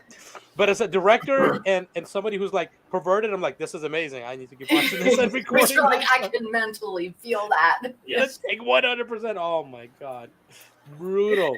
And then she pegged him really hard. So See, that's what I've been wanting to do. Peg Awesome someone. sauce. I mean, Adam is there. He is ready and willing. oh my god. Well, I want him to be able to choose who pegs. He can make his own decision. You would be Leia Falcon with Well, the one if with he a would bullet. like me to peg him, then cool. I'll be down for that. I will. Maybe DPing him. Would lay. Yeah, There you go. but I mean, If you're gonna go for it, go for it. I guess. That would get me in contention to be ABN for the first guy to get best anal that way. And then I can bring a trophy back to the school for the blind and be who's laughing now, assholes. That's very true. You know, you could probably do something really badass where you play in the fact that you can't see into the whole storyline, where like you're thinking you're going to be doing something else, and then all of a sudden she starts pegging, you're like, whoa, what's happening? Just really play it and make it super comedic and funny. You could Yeah. definitely get nominated for like most outrageous scene for sure, if you plan out a really cool I'm gonna scenario. use my imagination.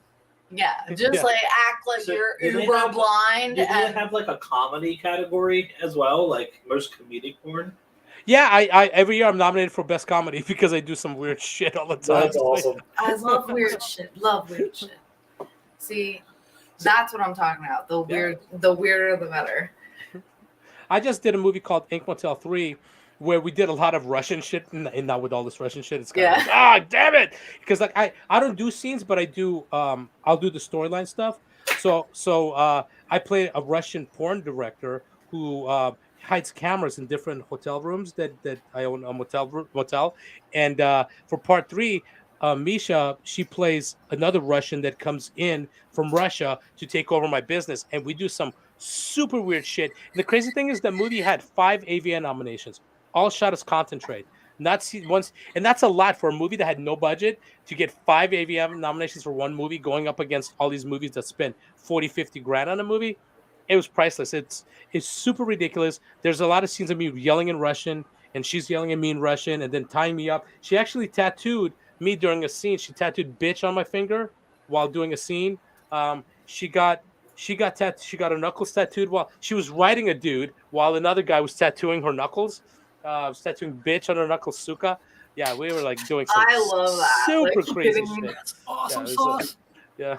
Excuse me, Ivan. Speaking of Misha, I know you need to go pick her up at the airport. I have a little bit more time because she texted me and her plane was delayed. So I'm good. Okay, I just want to make sure because I want to make sure that everything is safe. Because I know she was tweeting today. This is the 1-year anniversary of her stroke. So Yeah. It's coming up really soon, and I think around this time is when her health started really suffering. Down to like 4 days before her stroke, she was in LA for 1 day to shoot. She's very dedicated. She literally would fly out for 1 day to shoot. She flew out so we could shoot some pictures, and she was so out of it. And then 4 days later, she had the stroke. So around this time last year was when things really started like spiraling out of control. So it was a tough one. Yeah. like I said, I watched a good 4 hours worth of YouTube content last night. Yeah, It was just one video, one podcast right after the other. we're doing a documentary on this whole experience with her because we have footage. We have so much footage of personal stuff and obviously, adult stuff. Down to we have footage of her finding her dad having a heart attack in their backyard, just laying there in vomit, passed out.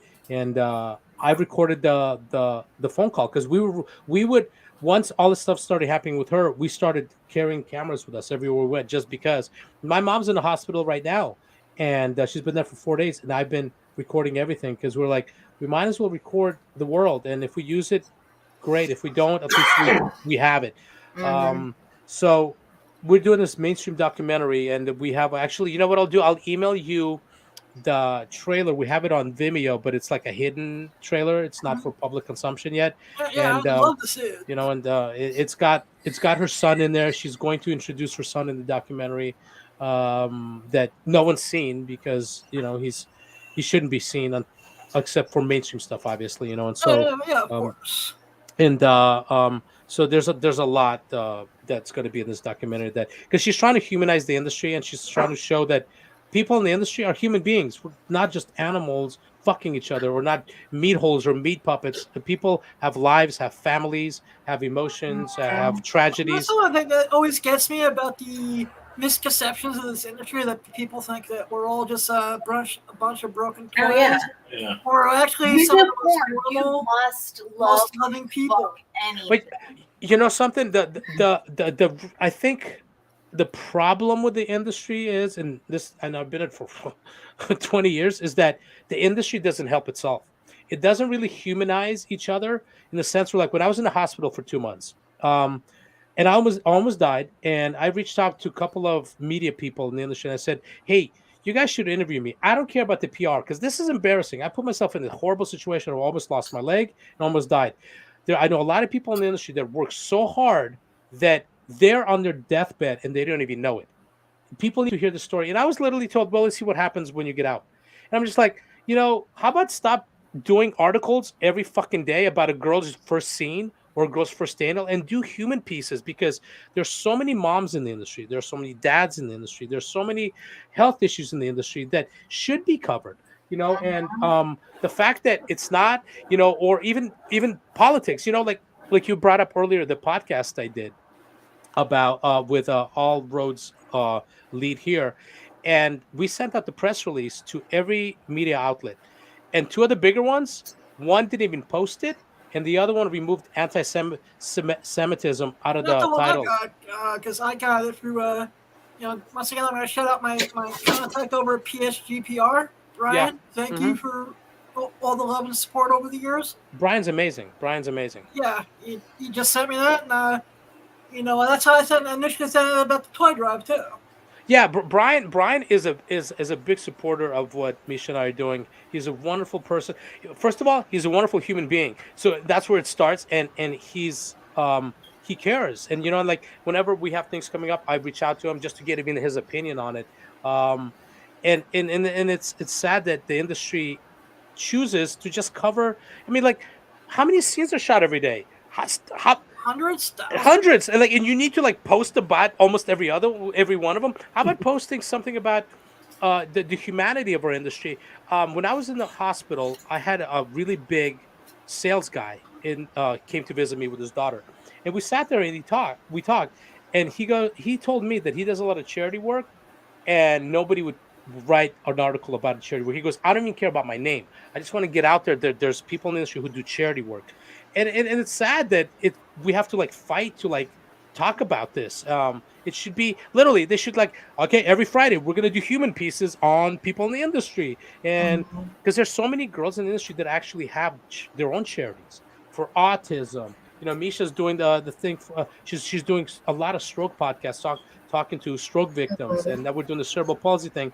And if the industry was more about making it ourselves human, I think more people would and accept the us. whole It'd make it less taboo. yeah, and the whole exactly the whole mental health thing too. Like 100%. they say that they have, go to a therapist, do that. I saw something today, and it was a girl posted on the internet about how she went to a therapist, and as soon as she told the therapist that she was a sex worker, her whole attitude just changed, and she was just like, well, your anxiety comes from what you do, and I can't help you. And I'm just thinking, how is that gonna help anybody? How is right? How thank God now for resources like Pineapple Support. There was different stuff like that, but there's just some of it. It's ridiculous. It's we don't have any feelings. So we put ourselves in this situation. Therefore, we should be able to handle whatever comes at us because it was our choice to make porn. Yeah, but that's the same for people who have a regular job. Yeah, but it's like saying somebody getting raped and being like, oh well, that's you put yourself in that situation. Yeah, look what you were wearing. Well, yeah, exactly. It's bullshit. Yeah, and that's and I think that also so many people that are not in porn think that everybody in porn's a millionaire and everybody's got these luxurious lives. It's bullshit. And I think people look at social media way too deep and overthink it, where just because a girl posts something pretty by a tree and we're wearing a flashy bikini does not mean that bikini is made out of gold. I mean, let's be realistic. So I think that happens where all of a sudden people in porn are put on the pedestal that they have no feelings, they're all rich, so fuck you, and you're all pieces of meat that I could DM and ask for nudes or worse. Yeah, that's the one. The whole I don't pay for content. Wait, right? Isn't that insane? What do you mean you don't pay for content? People are like, why would I pay for content when I can get it on Pornhub or Twitter or this, that, and the other? Like, Because I you realize they're understand still that. paying for it. I get it. I understand that. But there is also a group of people that like the, you know, Amazon stop. something made specifically for them and stuff like that. But then there's just total jackasses that it's like, you make porn, you must want to fuck me. Like, you must want to, you know, fuck whatever is walking. And Whatever those are the has to people do. who show up at Exotic and miserable because they're, you know, they think stuff like that and then find out the Yeah. reality of things. Exotica met the most friendliest people though. Like, not a whole bunch of them were jackheads. Yeah, I mean, there was no like unnecessary touching or anything like Oh, that. yeah. I expected to be more groped than I actually was Yeah. whenever I was there. Definitely expected it, but it's like everybody thinks you're gonna do a, you know, a meetup or whatever, and it's like, no, I don't go and fuck my fans. I'm sorry, like, unless you are ready to get talent tested, be in front of a camera in a room with, you know, 4 to 5 different people doing different camera things, and, you know, in the middle of fucking, and then, you know, cut, change position, cut, do this. It's not some intimate Cut, thing the where lighting you're isn't fucking me and right. getting off. Like, Right. Cut, we didn't get the right angle. We gotta do that again. it's Yeah. not sex like you think Yeah. you see in Yeah, a because porno. these guys would just go at it in Pound Town, and I'm like, you can't do that. Like, you have to open a certain way for your legs so your camera can see what's going Yeah. on. Like, We used to call that me time, and Yeah. we were like, stop, no more me time. Yeah. yeah, It's like, all these people just don't realize like it actually takes like a certain,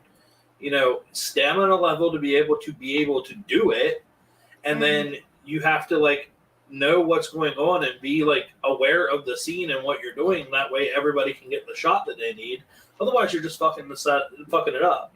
yeah. Yeah. They're like, well, you can record it for Pornhub. I'll let you record it. I'm like, doesn't work that way, sir. Like, it doesn't work that way. You need to go get a talent test, make sure that you don't have anything, and, you know, you got to be ready to actually make a real production, not Right. just you recording us fucking on your cell phone. Right. Right.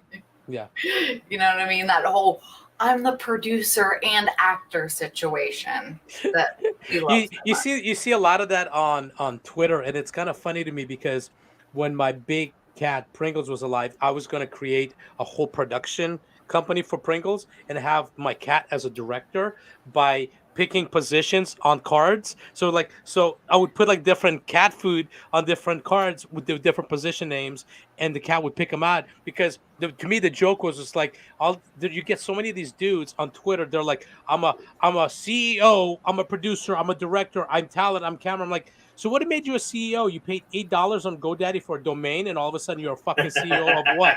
I mean, that's stupid. Exactly. You know, let me see your trademark. Let me see your copyright of your name. No, you're a CEO of an $8 domain name that nobody gives a shit about. Yeah. But you could put all these titles in, and all of a sudden you think that people should throw their pussies at you. That's insane. And I'm sitting there going like, okay, you're going to be the talent and you're going to be your videographer at the same time. You mean you're going to set up your tripod so it's going to look like trash? So it's gonna look like crap, and then Like, no, I want something with real angles and another person physically getting different cool shots, not here's a tripod, let's fuck. And then we go to their channels and they have like 8 views on Yeah. the video. That's exactly. I'll be honest with you. The joke used to be, and in some ways it still is, with people in porn, that in Vegas you get a lot of content shooters that literally all they're doing is they're getting laid for a TTS test. they get laid because they just got tested, and now they're content shooters, and they have a website or a store, and so they're reaching out to tons of girls. You know, hey, I'm a content producer, I'm a content creator. Well, what makes you that? Oh, just because you have a test? And you know, some girls will shoot with them, which is fine, but that does not make you. That's part of the industry per se. You're just a person who can afford a test, and you just want to get laid, and that's what it is, you know. And because nobody else shoots those people, they shoot their own shit, which is good for them if they can find people to shoot with.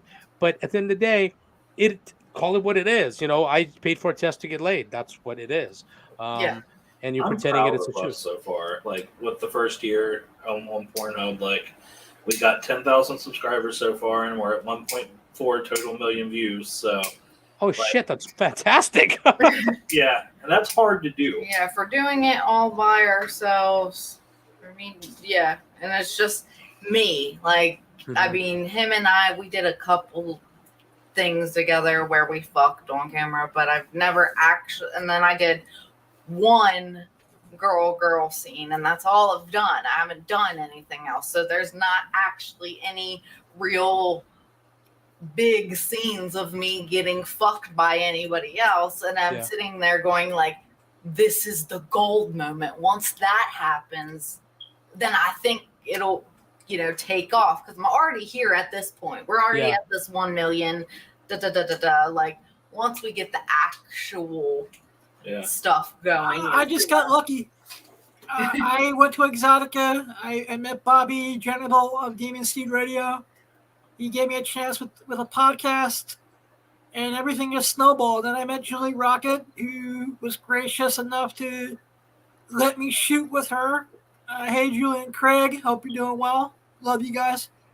And that This Ain't Trivia ended up with a mini vids pitch, and then after having one last conversation with the National Federation for the Blind, and I was like, well, let's say you want to be a sex worker, make porn for a living. What is there any resources for people who are visually impaired to pursue that? Because I want to be the Stevie Wonder of adult.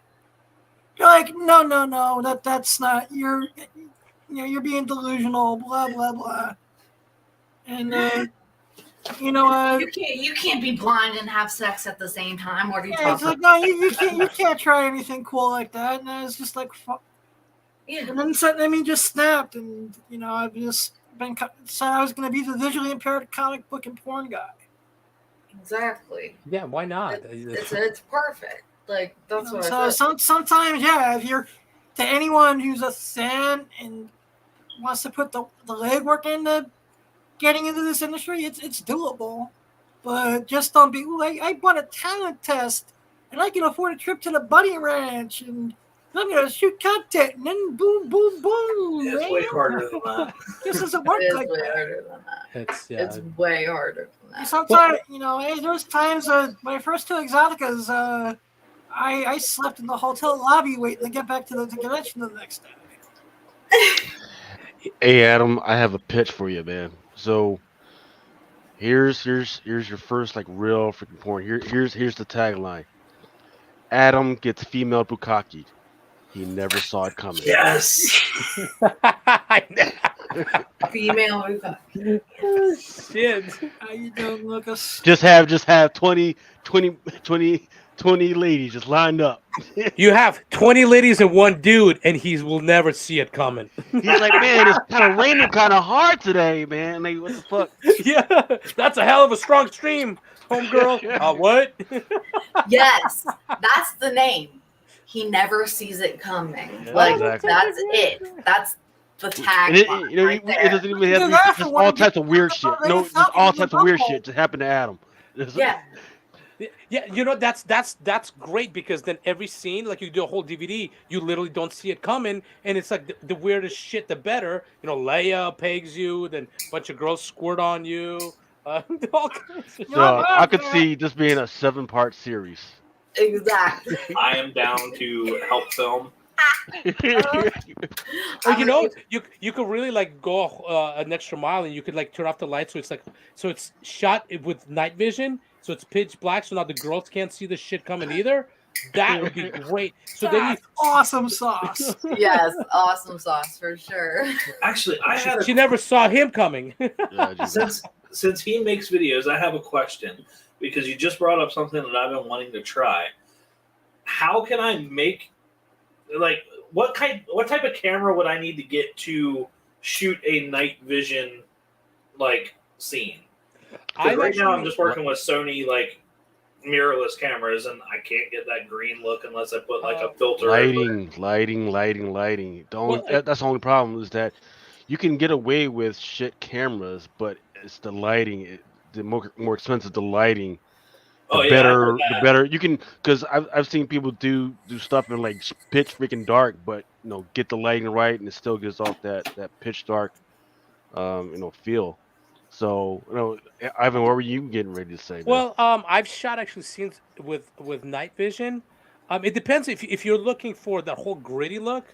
Then you do with just like a night vision camera because I think Sony's actually own the rights for night vision or infrared. Okay.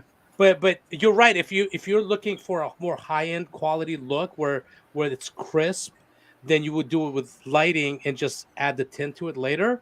Okay. The only difference is with night vision, you get that whole eyes being black, so you Yeah, actually have the look good of point. night vision. If you Yeah, don't I care wanted to about look that, like real night Good vision point. and not like that I've just put a green filter over it.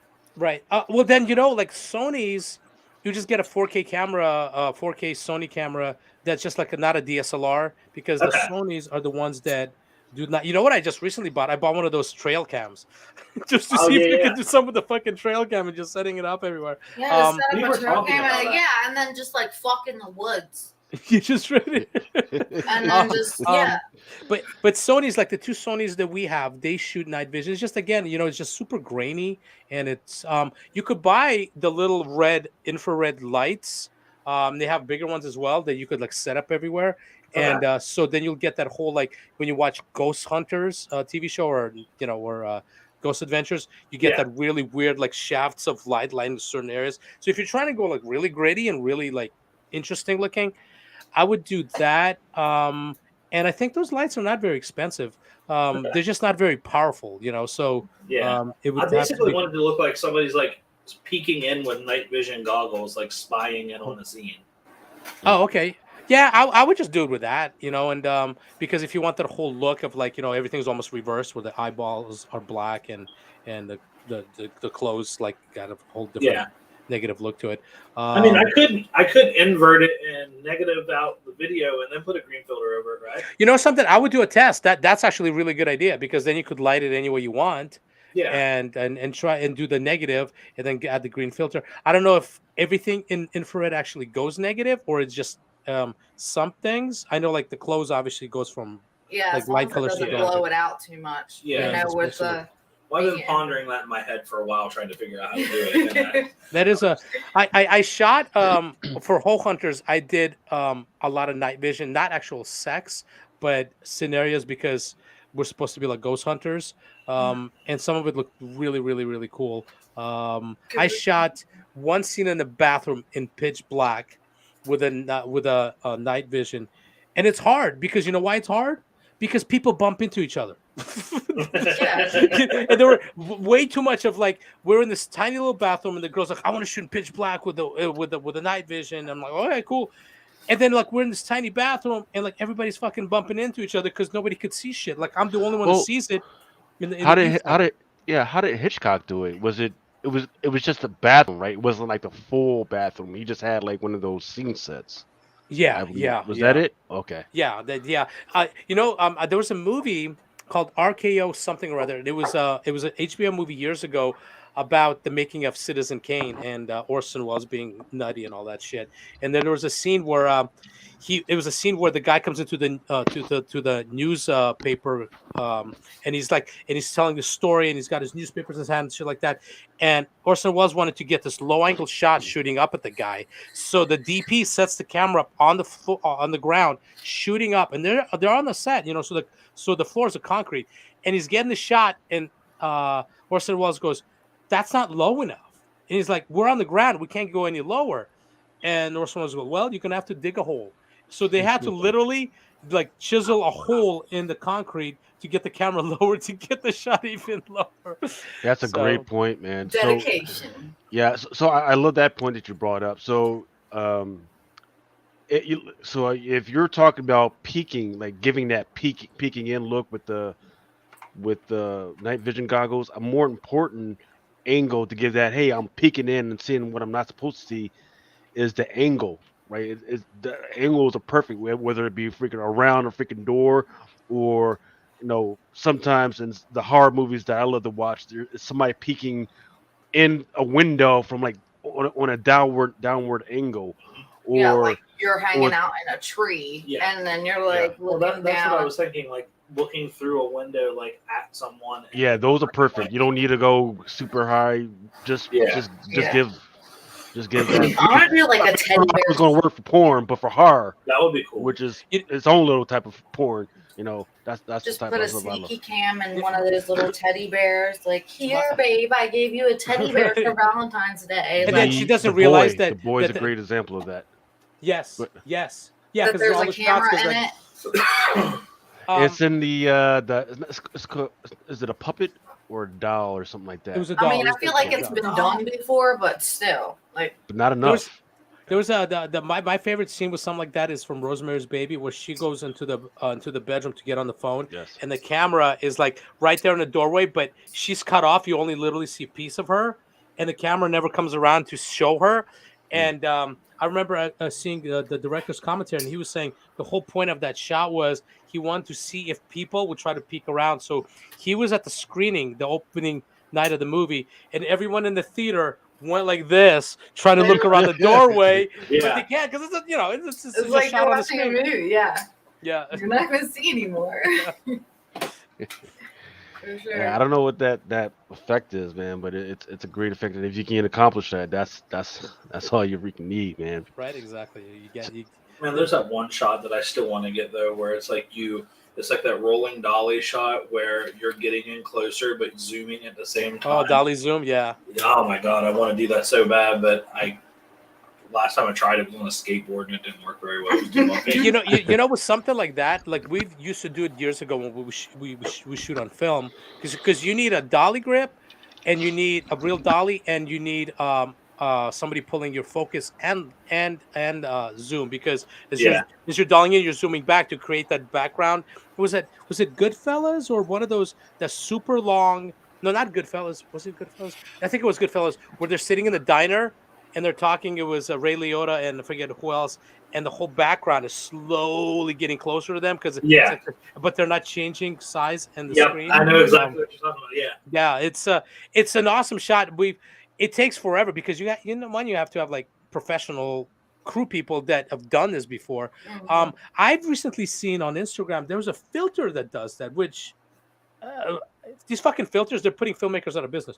But like I saw a filter The shit on where, TikTok. Yeah. yeah, that's the filter that we used on TikTok where it was like pulling in and it was zooming in at the same time as you were walking towards me, Yeah. and it was like They have the one that's called body zoom. So whenever like you're walking, it's also zooming into you as you walk closer to the camera. crazy technology killing filmmakers. Dang it, one filmmaker at a time. What's up with that? Well, yeah, I mean, all I know is that some of these other production companies, they're happy about that. They're like, hey, if you don't get with us, Yeah. especially during those contract negotiations that they just had where they felt like they got fucked over, they're like, we should be fighting for this, but you know what? Maybe this will play out with technology. I feel like they're just saying. I just feel like we need to get more creative with practical effects and making them look more awesome than this digital shit, and then we'll be fine. I'm all about practical effects. Or Yeah. just making it fucking so weird that people can't Yeah, say just no. make something that you can't. You got to step Well- up your creative game. Yeah. Yeah, I Yeah. mean, well, you got to remember like what happened with the reason why the Blair Witch Project freaking did so well and then kicked off its own slew of reality type freaking horrors because sci-fi had been overdone too much, not like these crazy digital effects, and everybody got tired of it. It's like, hey, you forget that I want to be in it. I want to feel like it's some type of freaking real. So when Mhm. Blair Witch Project, which we had kind of shitty camera work, but nice enough work that I felt like I was in a freaking movie. And even these little freaking horror joints where it's just like us, like we're just sitting around, and then you see some shit fly off of Autumn South's fucking wall. Hey, Yeah. that feels freaking Yeah. real. So Yeah. that's the type of stuff that Like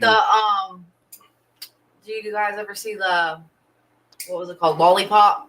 Or Yeah, what that's was what it it called? was. Take the Lollipop or something like that .com, and it's you just type it in and it's like click the lollipop, and it's supposed to be about it's like you, and then it has like a pre-recording of like it would be like us right now, but then you see yourself, and then all the other 3 people are like just recordings, And and then they end up like dying off. yeah, and they end up like Really? dying Which is, off, and Interesting. then it does some creepy shit to like your camera in the background to make it like look like you're part of it. It's really cool.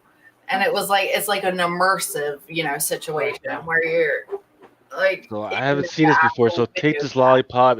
Looks like it's a 3-minute short, just right up my alley. Interesting. It's like take the lollipop. Yeah, take this lollipop. Yeah. Looks like it's taking a while to load up, but yeah, it's freaking Excuse awesome. me, I have Yes, a sir. question about the Extreme Associate stuff. Mhm. Is any of that stuff still available on DVD? I think so. The funny thing is, I just found 2 crates of old Extreme DVDs I have here. Maybe I'll send you some. I don't know what the legalities of me sending it over the mail to you, but I have a ton of Extreme Associates DVDs. Holy shit! But yes, they are definitely available if you go to was it like Adult DVD Empire or websites like that. There's a lot of stuff that they're still available. I have to replace my my Supergirl and my Batgirl Triple X with Sunny Lane. Yeah. Yeah, I want to be on a DVD. How do I make a DVD? You don't- I mean, honestly, do I need to be on a deep or I'm DVD? pretty sure you got enough content that you can make your own DVD. Oh, If we that's can what make But like DVDs. but a DVD. Do I? Yeah, we like at Alterotic, we're kind of revamping some stuff, and we're actually because we do DVDs still, and we are planning on doing DVDs where each girl can have her own DVD box cover. So this way, Nice. it's conducive for girls to shoot with us because now you get your own DVD box cover. Because the cool thing with DVDs, with conventions starting back up, now you have a tangible something to sell to the fans. Yeah, and it's like a collectible thing at this That's point. that, But and that's that's what it thing, is. though, it's like I could put that content on a branded USB drive and sell it Right. the same way I would sell here's your porn on a But keychain. see, I feel like they should have like a Netflix style of porn, or maybe like a Roku channel of it. There's a website called adulttime.com, and they're kind of like a Netflix where they have like a ton of content, because the only reason I know about it was because Alterotic has a channel on there. Okay. And I don't know if it's a subscription base, but I guess I thought they were subscription based. they might be. Yeah, they might be just like a Yeah, I just thought it would be cool. Like you pay one monthly subscription and you get to watch like all the full length movies. Right. Yeah. Mhm. Yeah. Just like for certain things, I just like collecting DVDs, especially when it comes to a lot of the parody I mean, stuff. honestly, I don't even have anything to play a DVD on at this point. Well, if you got a PC. Portable right now. Yeah. Well, no, if you got a PC or a desktop, you can play it on there probably. Our laptop wouldn't my play it. desktop doesn't have a drive. Doesn't have Really? a hole for a Yeah, the new laptops Yeah. don't even have drives. Some of them don't have USB connections, which is insane to me. there's no. Yeah, it's all USB-C. That's it. I'm like, I gotta bust out the old PlayStation 3 to put a damn DVD in there to watch. That's what I do. I have my PlayStation 3 that I just Yeah. re-plug back in to watch some old. Yeah. If you really want to go fuck them up, go really old school and do it on VHS. Get some Yeah. VHSs. I have so many. I actually reached out to Amoeba Records out here because I have over 600 DVDs and VHS tapes that I want to sell. And they're like, well, we'll give you credit for most of it, but if you have something special, I'm thinking a lot of my shit's pretty special. So I'm hoping to cash in. I have way too much shit. I need to get rid of it. So, but we can make porn VHSs. Like porn VHSs would Well, be. see, a I thing. feel like there's a thing with Especially audiophiles. hipsters. Why isn't there a thing with like people who like to watch just VHS? There is. Right. Oh, There there is. is. I think it's Yeah, coming there is. back. There's So- still cassette people. Yeah. there's So cassette. right. So what? The interesting thing that happened during the pandemic is collectibles just blew up. Right. Whether it be comics, trading cards, even VHSs. So those old classic VHS, I'm talking about Star Wars, Indiana freaking Jones. Disney VHS. Those, especially if it still has the original wrapping around it, freaking shit, Dude. freaking blew up. Yeah. So I'm pretty sure that there's some there's certain community out there that, as far as Yeah. like VHS, We can either porn, like yeah, go way back and bring the dude, old back. autumn. I mean, go do some of that old '70s porn. You gotta grow your bush out and all that, all that other stuff. Grow your Yeah, dog. I mean, I do that. Yeah, Just market it 100%. as like vintage porn. Just like It's just you doing it smoking a old school. cigarette and like on one of those, vibrating beds in like an old ass roach motel or Right. something like that. I'm down. I want to do a film noir style porn. That's what Ink Motel movies are. The first one is film noir. Everything's told with no dialogue, but it's told through lighting and shadows. Because I have a degree in cinematography, so I love lighting and shadows. So a lot of it is told through that. It's fun because, especially when you're your own boss, when you're your own boss, you could do whatever the fuck you want. Yeah. That's why I've turned down jobs with the big internet companies, because I don't like to shoot production line porn. So I just rather work for myself or work with people that want to do creative shit rather than, here's my why next have door that neighbor with a middleman when you fucking, can wants make to all buy the a money sugar or yourself. whatever. Yeah, I'm a transition from a professional photographer over to video, and it kind of threw me for a loop at first because it was like I was so used to getting like taking a single take and then like, okay, I like this, and then changing things up, and now I have to go for like this whole thing and plan it out and like make it all like seamless and make it look awesome. I'm like, what the fuck? So yeah, it kind of threw me for a loop for a while. It's fun My, though. my man's I got wanna freaking do- porn storyboards and shit.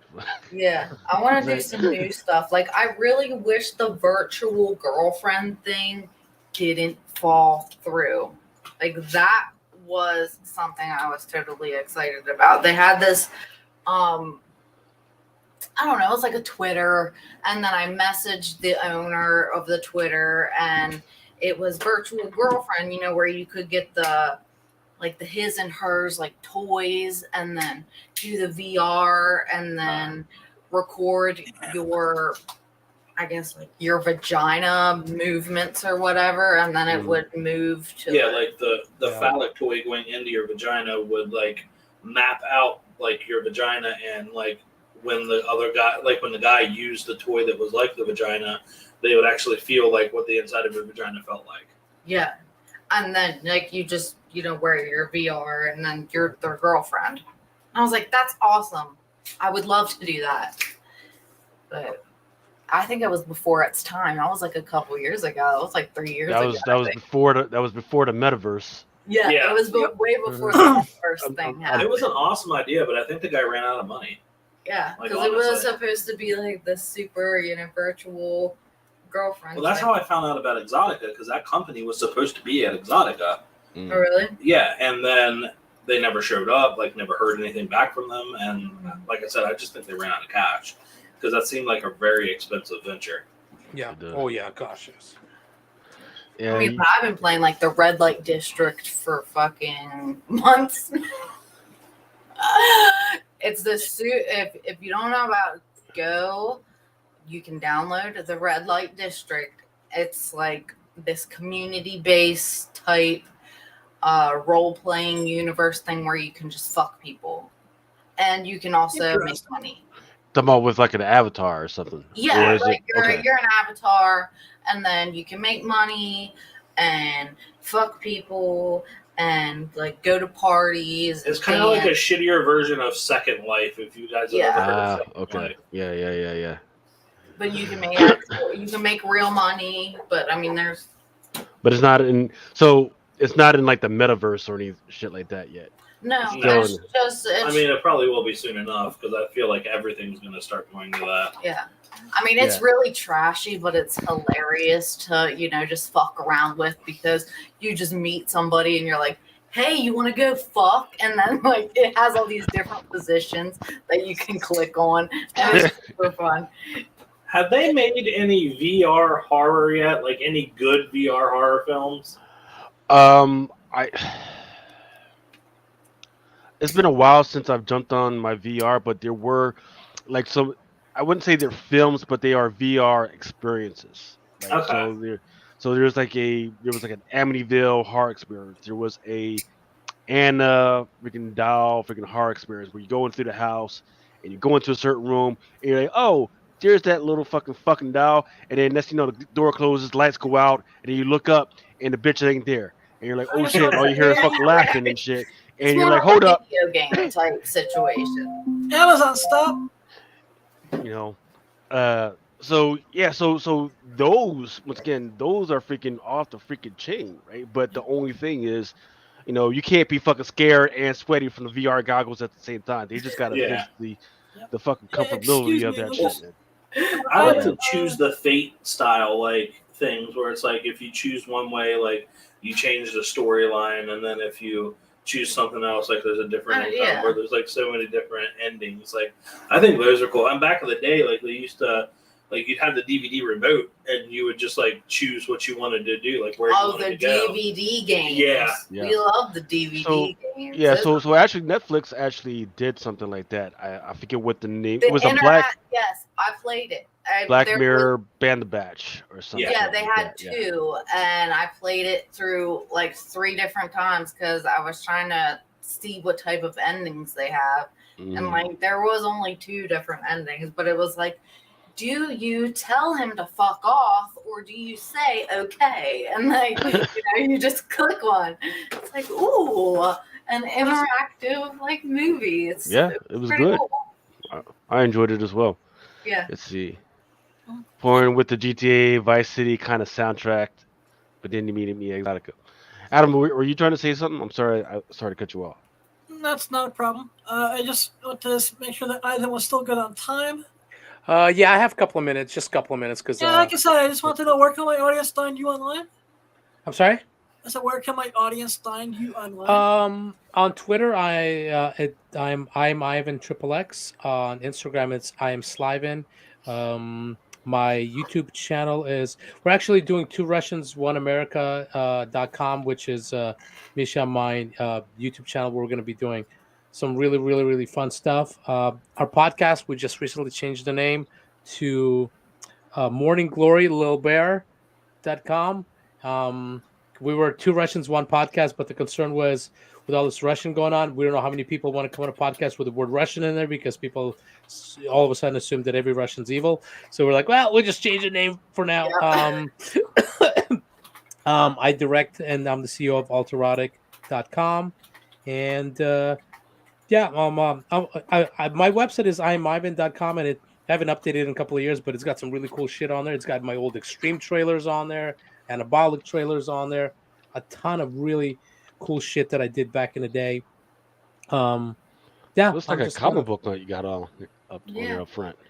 That's pretty cool. Oh yeah. I actually have artists do drawings of me. I'm a huge fan of NWA, so the opening poster is world's most dangerous porn director. That's the line from NWA, world's most dangerous band, rap group.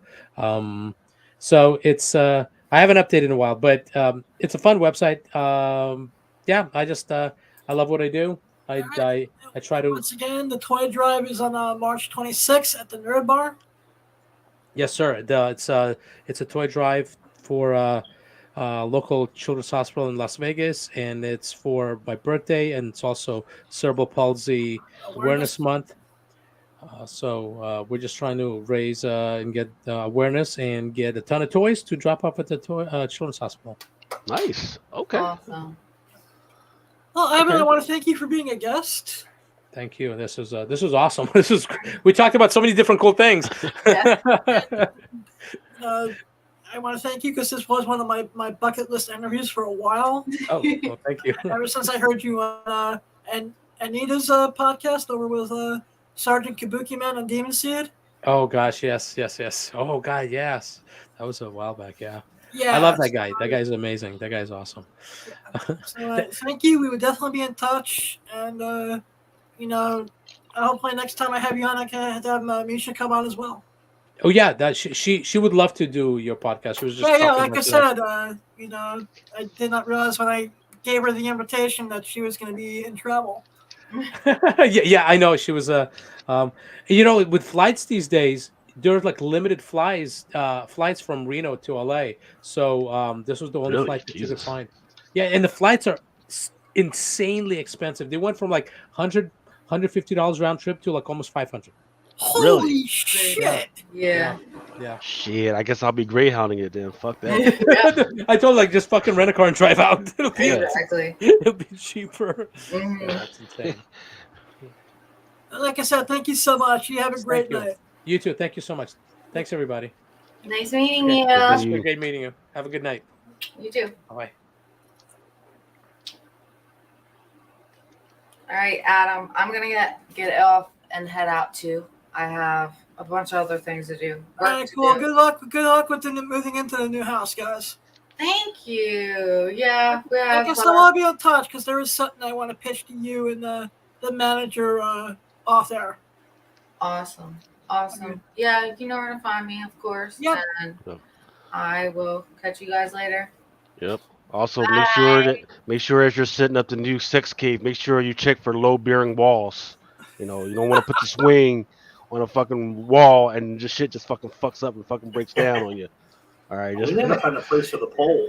I know. I'm gonna. no, don't do poles. Don't do poles. Poles just Poles fucking are your awesome, infrastructure. dude. No, I pole. want to learn how I to- understand the idea of a pole is cool, but putting that shit in can fuck up your infrastructure, man. True. I mean, that's true. I just want It's to not learn how worth to it. like clank my heels together. You know, like spin and shay, like at Exotica, how she clanks her freaking heels together. Her ass cheeks bounce all around. I love it. Yeah, I love it. I'm gonna that's learn a how to become a specialized pole skill. dancer. See, I All can right, see say you guys that. next week. All right. Yeah. Love you guys. See you later. See ya, Adam. Bye. Hey, Lucas, you ready to talk some comics? Yes, sir. We are going to try this as quick as possible, and I'm going to cover stuff that came out this week, stuff that's coming out on FOC, and stuff that's coming out next week. So let me. In fact, actually, I want to let you take a quick break, get yourself some water, gargle some water, and then we'll be right back after this. Awesome. Stand by.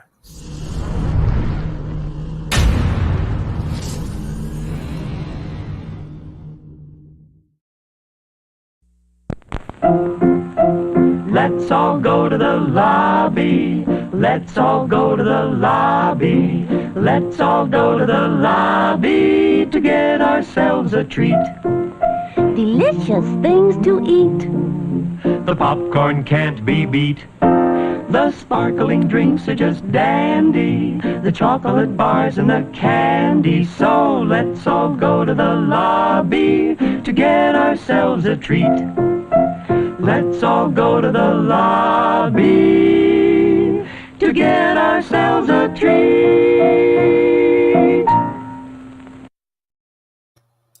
Let's All right, go to the hey, lobby.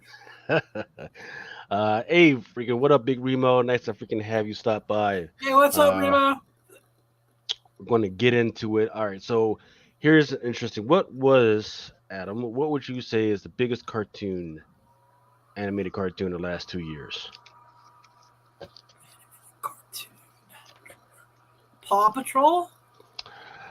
Close. In fact, I would say the biggest profiting one would definitely be a Paw Patrol, but the biggest movie right now out there, My Little Pony, is- maybe? Batman? Encanto.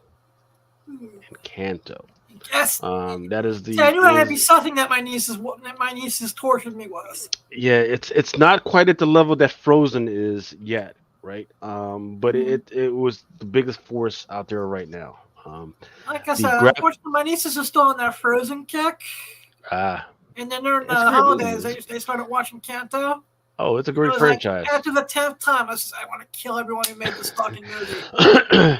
so what's interesting is that there are full-grown adults out there right now that are looking at Akanto over and over and over again, and they're just picking out the little Easter eggs and everything, and divulging who is the actual villain.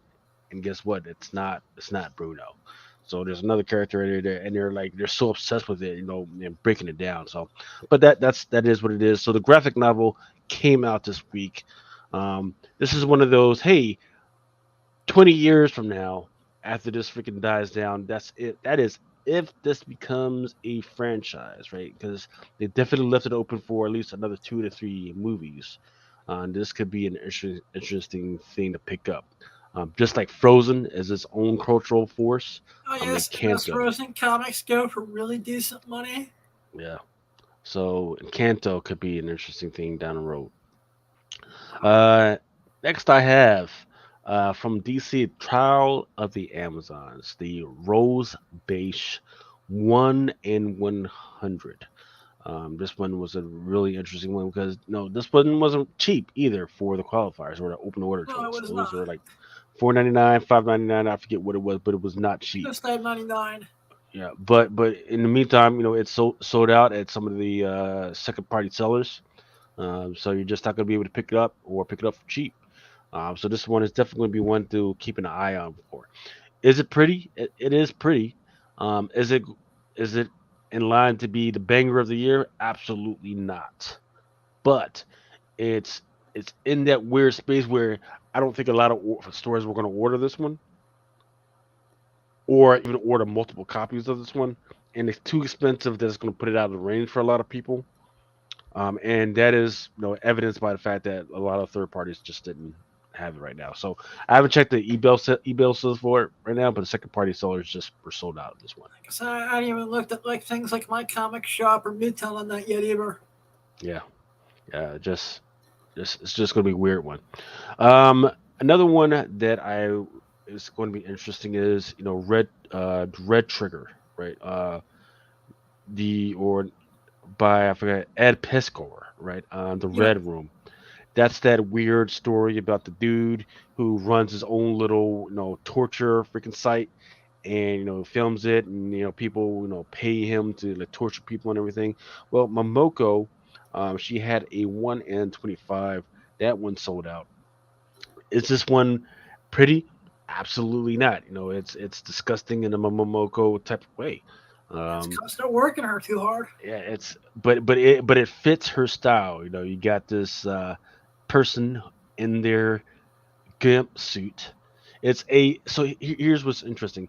It's a half gimp suit, half furry suit, half fairy cosplay suit. I say again, half gimp, half furry, half fairy cosplay. I like it. It's weird, and Momoko does it well. And in the meantime, this person's covered in blood.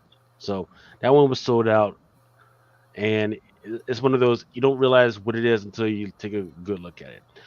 Also sold out, and this one was easy to see that this was going to be one. Star Wars Crimson Reign, that Raza, right? That's Sparta. I could not find that anywhere. Yeah, that's that third one in the connecting series. Adam, if you're looking for this one, do not buy it. You're going to have a copy coming to you free anyway, because your box still has to go out. So, but yeah, I'll slip one into your box a little bit later. Thank you very much. Also out there is the Star Wars Han Solo and Chewbacca #1, that Adam Hughes. That one definitely sold out. That one was one that I saw coming a mile away. He's putting out some really good work lately. Yeah, he is, and I was kind of surprised that he had that little lackluster period, but now he's back on track. And I was kind of surprised that he actually did some Star Wars stuff. So, I think a lot of people were surprised. Strange Academy #7. That's more of the character spotlight with the gas lamp on the cover. Yep. And then the Thor Women's History Month #23 variant. I was expecting this to do well. Timeless third print. That did well. Is that the Buckingham cover? Yeah. I knew this was going to happen. That Marvel Women's of Marvel #1. That's the one with X-23 and the Badger, the Honey Badger, on the freaking cover with really great colors. I don't know how this one slipped by me. It was because it was a slow burn. Yep. I know exactly what happened. A lot of people were depending on some of the second party sellers to give them an indication of whether it was going to sell out. It was a slow burn. Nobody nobody was really paying attention. And in the meantime, I was like, man, that is a freaking good looking freaking cover. And here it is, and now it's freaking sold out.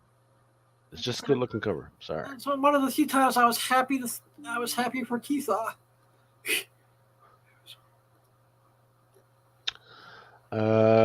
So this one is going to be now. We're going to start talking about some of the FOC stuff. Black Panther #5, the Boss Logic Spider-Man variant. It's got a, I don't know what this is. I don't know what I'm looking at. That's for this. It looks like FOC Miles coming Morales up in this a Black weekend? Panther suit. Say what? That's for the FOC coming up this week, right? Yes, sir. Yep. Boss Logic. Yeah, Boss Logic, and I don't know what I'm looking at. It looks like it's Miles Morales in a Black Panther suit. Awesome. And if you know anything about Boss Logic, his stuff is like kind of photorealistic, so it kind of hits kind of differently. You know, everybody's done these artistic renovations or whatever you call it, renditions, you know, of Miles Morales, but this one looks photorealistic of him, but not just of Miles Morales. But Miles Morales as Black Panther, with the Spider-Man freaking logo on there, so it's a little different. I'll definitely order a couple copies of that. Black Panther #4. There's going to be a second print, of course. Again, you know, Lola Barquena. I forget the name of the writer, but the most important part that you're going to want to know. Actually, written by and created by Edgardo Mirandas Rodriguez. Produced by Rosario Dawson. Oh, wow. So apparently there was some type of contest out there, and whoever won got 160,000 to put out their freaking comic. This guy won, and you know, backed up by Rosario Dawson. So is this one of those situations where I can see this turning into a script? Yeah, I don't see this turning into a script or being heavily supported by the Latin community. I just don't see it because, look, there's been other La Barquenas out there. There's been other Puerto Rican freaking superheroes out there, and the comic book art that I've seen so far hasn't been that impressive. Let's see. There's one by Bill Sienkiewicz that's out there, which is like, okay, I like the fact that he jumped in there, but it's not that impressive. The Scorched, which is, you know, another rendition of the whole Spawn universe. There's one by Bjorn Barons, great freaking looking cover of a guy with a you know, the whole gas mask and the hood and, you know, crazy AK, you know, an M16 outfitted with a saw. It's interesting, none to say the less. I think I'll pick myself up a copy of this one.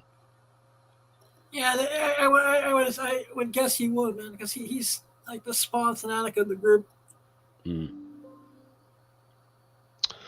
Let's see, let me close this. Black Panther Legends #4. So this one is weird, right? So the Black Panther Legends #4 sway Black History Month. Hey guys, I'm pretty sure Black History Month is over, and by the time this comes out, last month? Yes, it's over, and you're just doing an FOC for this shit right now, and it's not that impressive either. So I don't know. The Elektra #100, David Lopez. It's a 1 in 100. Not impressive at all. You got Elektra, and her back is to me, but I'm not seeing no back meat. I'm not seeing no front meat. Not even her legs. That'd be cool. I don't know what the fuck or what the hell they're thinking, but all right, Marvel, y'all do what y'all going to do. Now, what is impressive, what is pretty, is Elektra #100, the Bartel 1 in 25. It's basically like a headshot, but you know how Bartel does. Yeah. You know, she just knows how to draw pretty girls. Period. On point. Yeah. Iron Fist #1, second print by Michael YG variant. You know what it is. It's the second print. He's Yep. right there on the cover. Lucas's favorite things in the world. Shang-Chi number 11, Rian Gonzalez. You know how it is. She's taking Book is more of made a to 11 fucking issues. yeah. A I don't miracle. know what it is. Yeah, I guess He's people a are buying movie it. star now. The Rian Gonzalez is not that impressive, but what is impressive is the Raza Spider-Man variant. It's basically Shang-Chi wearing a Spider-Man mask. That's it. Okay. What's with the It does look problem good with though. these Steam variants lately? X-Gwen, the People Spider-Man keep thing. people keep buying them, so they're going to keep putting them out. Miles Morales Spider-Man number 37 in Q variant. This one's A1 and 25. It looks good, but put against the background of every other thing that's been put out there, it's not that impressive. Venom number 5 is going to have a second print. Um, yep. I am digging the story so far with Bedlam, so Alice Ever After number 1. It's a new book by I forget, Boom, and it's going is to. that the J. Scott Campbell book? I don't know. I don't think so. I I remember don't seeing see. an Alice something 1 in 50 from Campbell somewhere in my travels today. I'm not sure. But I do know the one that I wouldn't spend the money on it. You know why? Because there's an unlockable variant. I mean, this is a one per Ooh, store. Boom and It's their out there. infamous unlockables. Yeah, that's where you go to. You don't fuck around with 150. Red Rune Trigger Warnings number 2. It's going to have a 1 in 10, and it's a homage to Charlie Brown and the Great Pumpkin. Nottingham number 6, cover A, or not necessarily cover A, but there is going to be a 1 to 10 of the Nottingham number I'm gonna 6. have to catch up on this book. More Electra number 100. There's an open order, and this was probably the best cover for that Electra number 100. There is a Ruan cover, or it's I forget what her first name is, but the last name is Ruan. And for those who don't know Japanese Yashishima culture, the position she is in is she is on her knees with sword in hand in the position that you would normally be if you're getting ready to commit seppuku, which is suicide after conducting a shameless act. Oh wow! All right. So I'm gonna put that out there. Interesting. Avengers Forever number 3. That is Black Panther, Black History Month. Let's see. Okay. Batman number 122, cover D, 1 to 50. Jock foil card stock variant. Again, that's a 1 to 50. It's all right. Doesn't look that good. Is that the Monk. start of this, Go ahead. the Zastarsky run? I don't know. You talk about the start of it? No, it's not. It All right. is because that one. This one is. Is it number 1? Yeah, this one is Batman number 122. So I don't think he's supposed to start till like later. All right. Yeah. Monkey Prince number 3 is going to be No one a gives two one. shits about. Yep, 1 to 25 by Kim Jacinto. I guess DC decided that they liked what Marvel was doing with their second, third, and facsimile, so they're going to do a Sandman number 1 facsimile edition. Yay! New releases. So that's the end of the FLC that we're going to do for this week. I will be adding all the good stuff and drunken chat this weekend, inshallah, God willing, that we do have a show.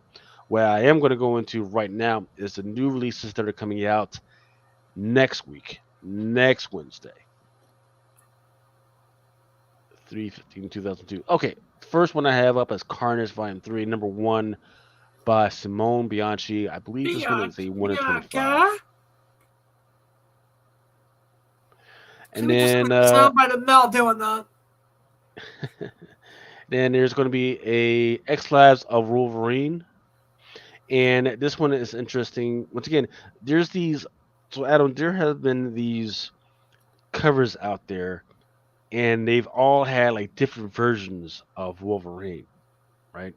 Yep. Um, the the interesting thing is, I finally found out why they were doing them. Is because they are copying the style of this famous artist that's out there, and he's been doing it for a while since like 2018. In fact, he's Ukrainian, which is even more interesting. Um, the the particular painting that they are copying is called the pantomime, Oh wow. and yeah, if you look at it, you will never be able to see these the same. And I forget who it is. I'm trying to look through my stuff to see if I got it here. Nope, I had it earlier, but I don't have it here right now. It's like That's Edgar, fine. Escor, or Dennis or something. I forget who did it. Um, but yeah, I mean, it's interesting. Like once you see it, you'll never be able to see these things again. And I'm like, why? They should, if they're gonna steal his shit like that, they should definitely put, hey, homage to yada yada yada. Oh yeah. But I not mean, you enough kind of have a integrity. really cool homage. Maybe they don't know the real thing. Oh, there's no way of because because I look back, none of this stuff was happening until he came out. It's called Pantomime number. In fact, I could probably look it up real quick right here. We got the Googles. It's We called got the Pantomime number Googles. 21. Go. It's the last time I buy Monster Lemonade. Tastes like shit. Dennis Sarazin. Is that insane? Yeah, Dennis Sarazin number 21. And the last time it sold for 20 grand. Nice. All right. Moving on. Okay, so the next one that I have up is Playthings number 1, which has already started to sell at certain second party sellers. Playthings number 1. I don't know what's it about, but I do know that creepy little freaking doll that's on the fucking cover is what it's all Yeah, fucking it's about. creepy, man. It's just a doll. It's just a creepy clown doll, and right by it is a bloody knife. That's all you need You don't to know. trust creepy doll clown motherfuckers. Also, Helicon Legacy. On the cover is a character. I forget her name, but what's the name of the character that everybody was hyped about that he just ended up dying in Boba Fett? Do you remember, Adam?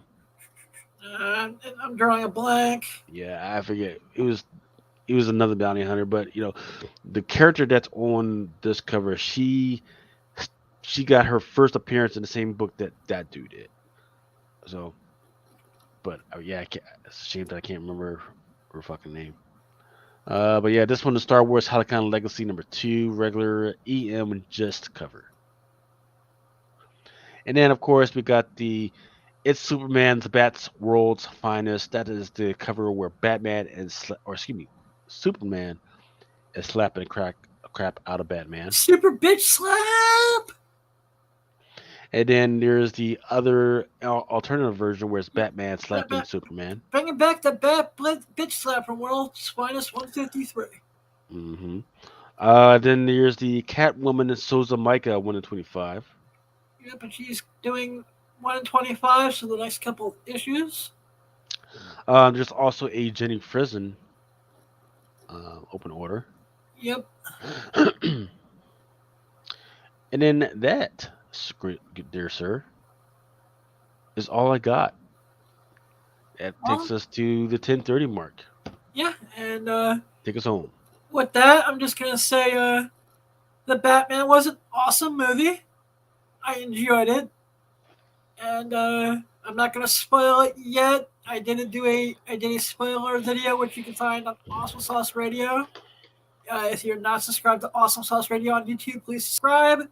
Because at the end of the month, I'm going to kidnap the Muffin Wheel, and we're going to do a giveaway. And the only way to be given away is to be subscribed to the channel, and you'll find out on the 30th what's being given away.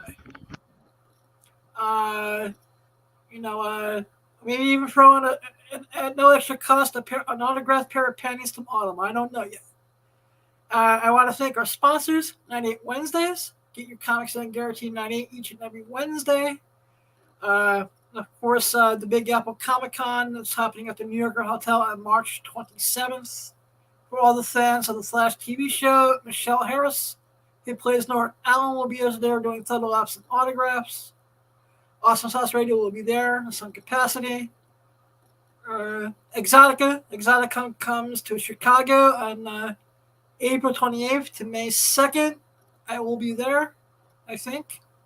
It all depends on the cost of plane tickets.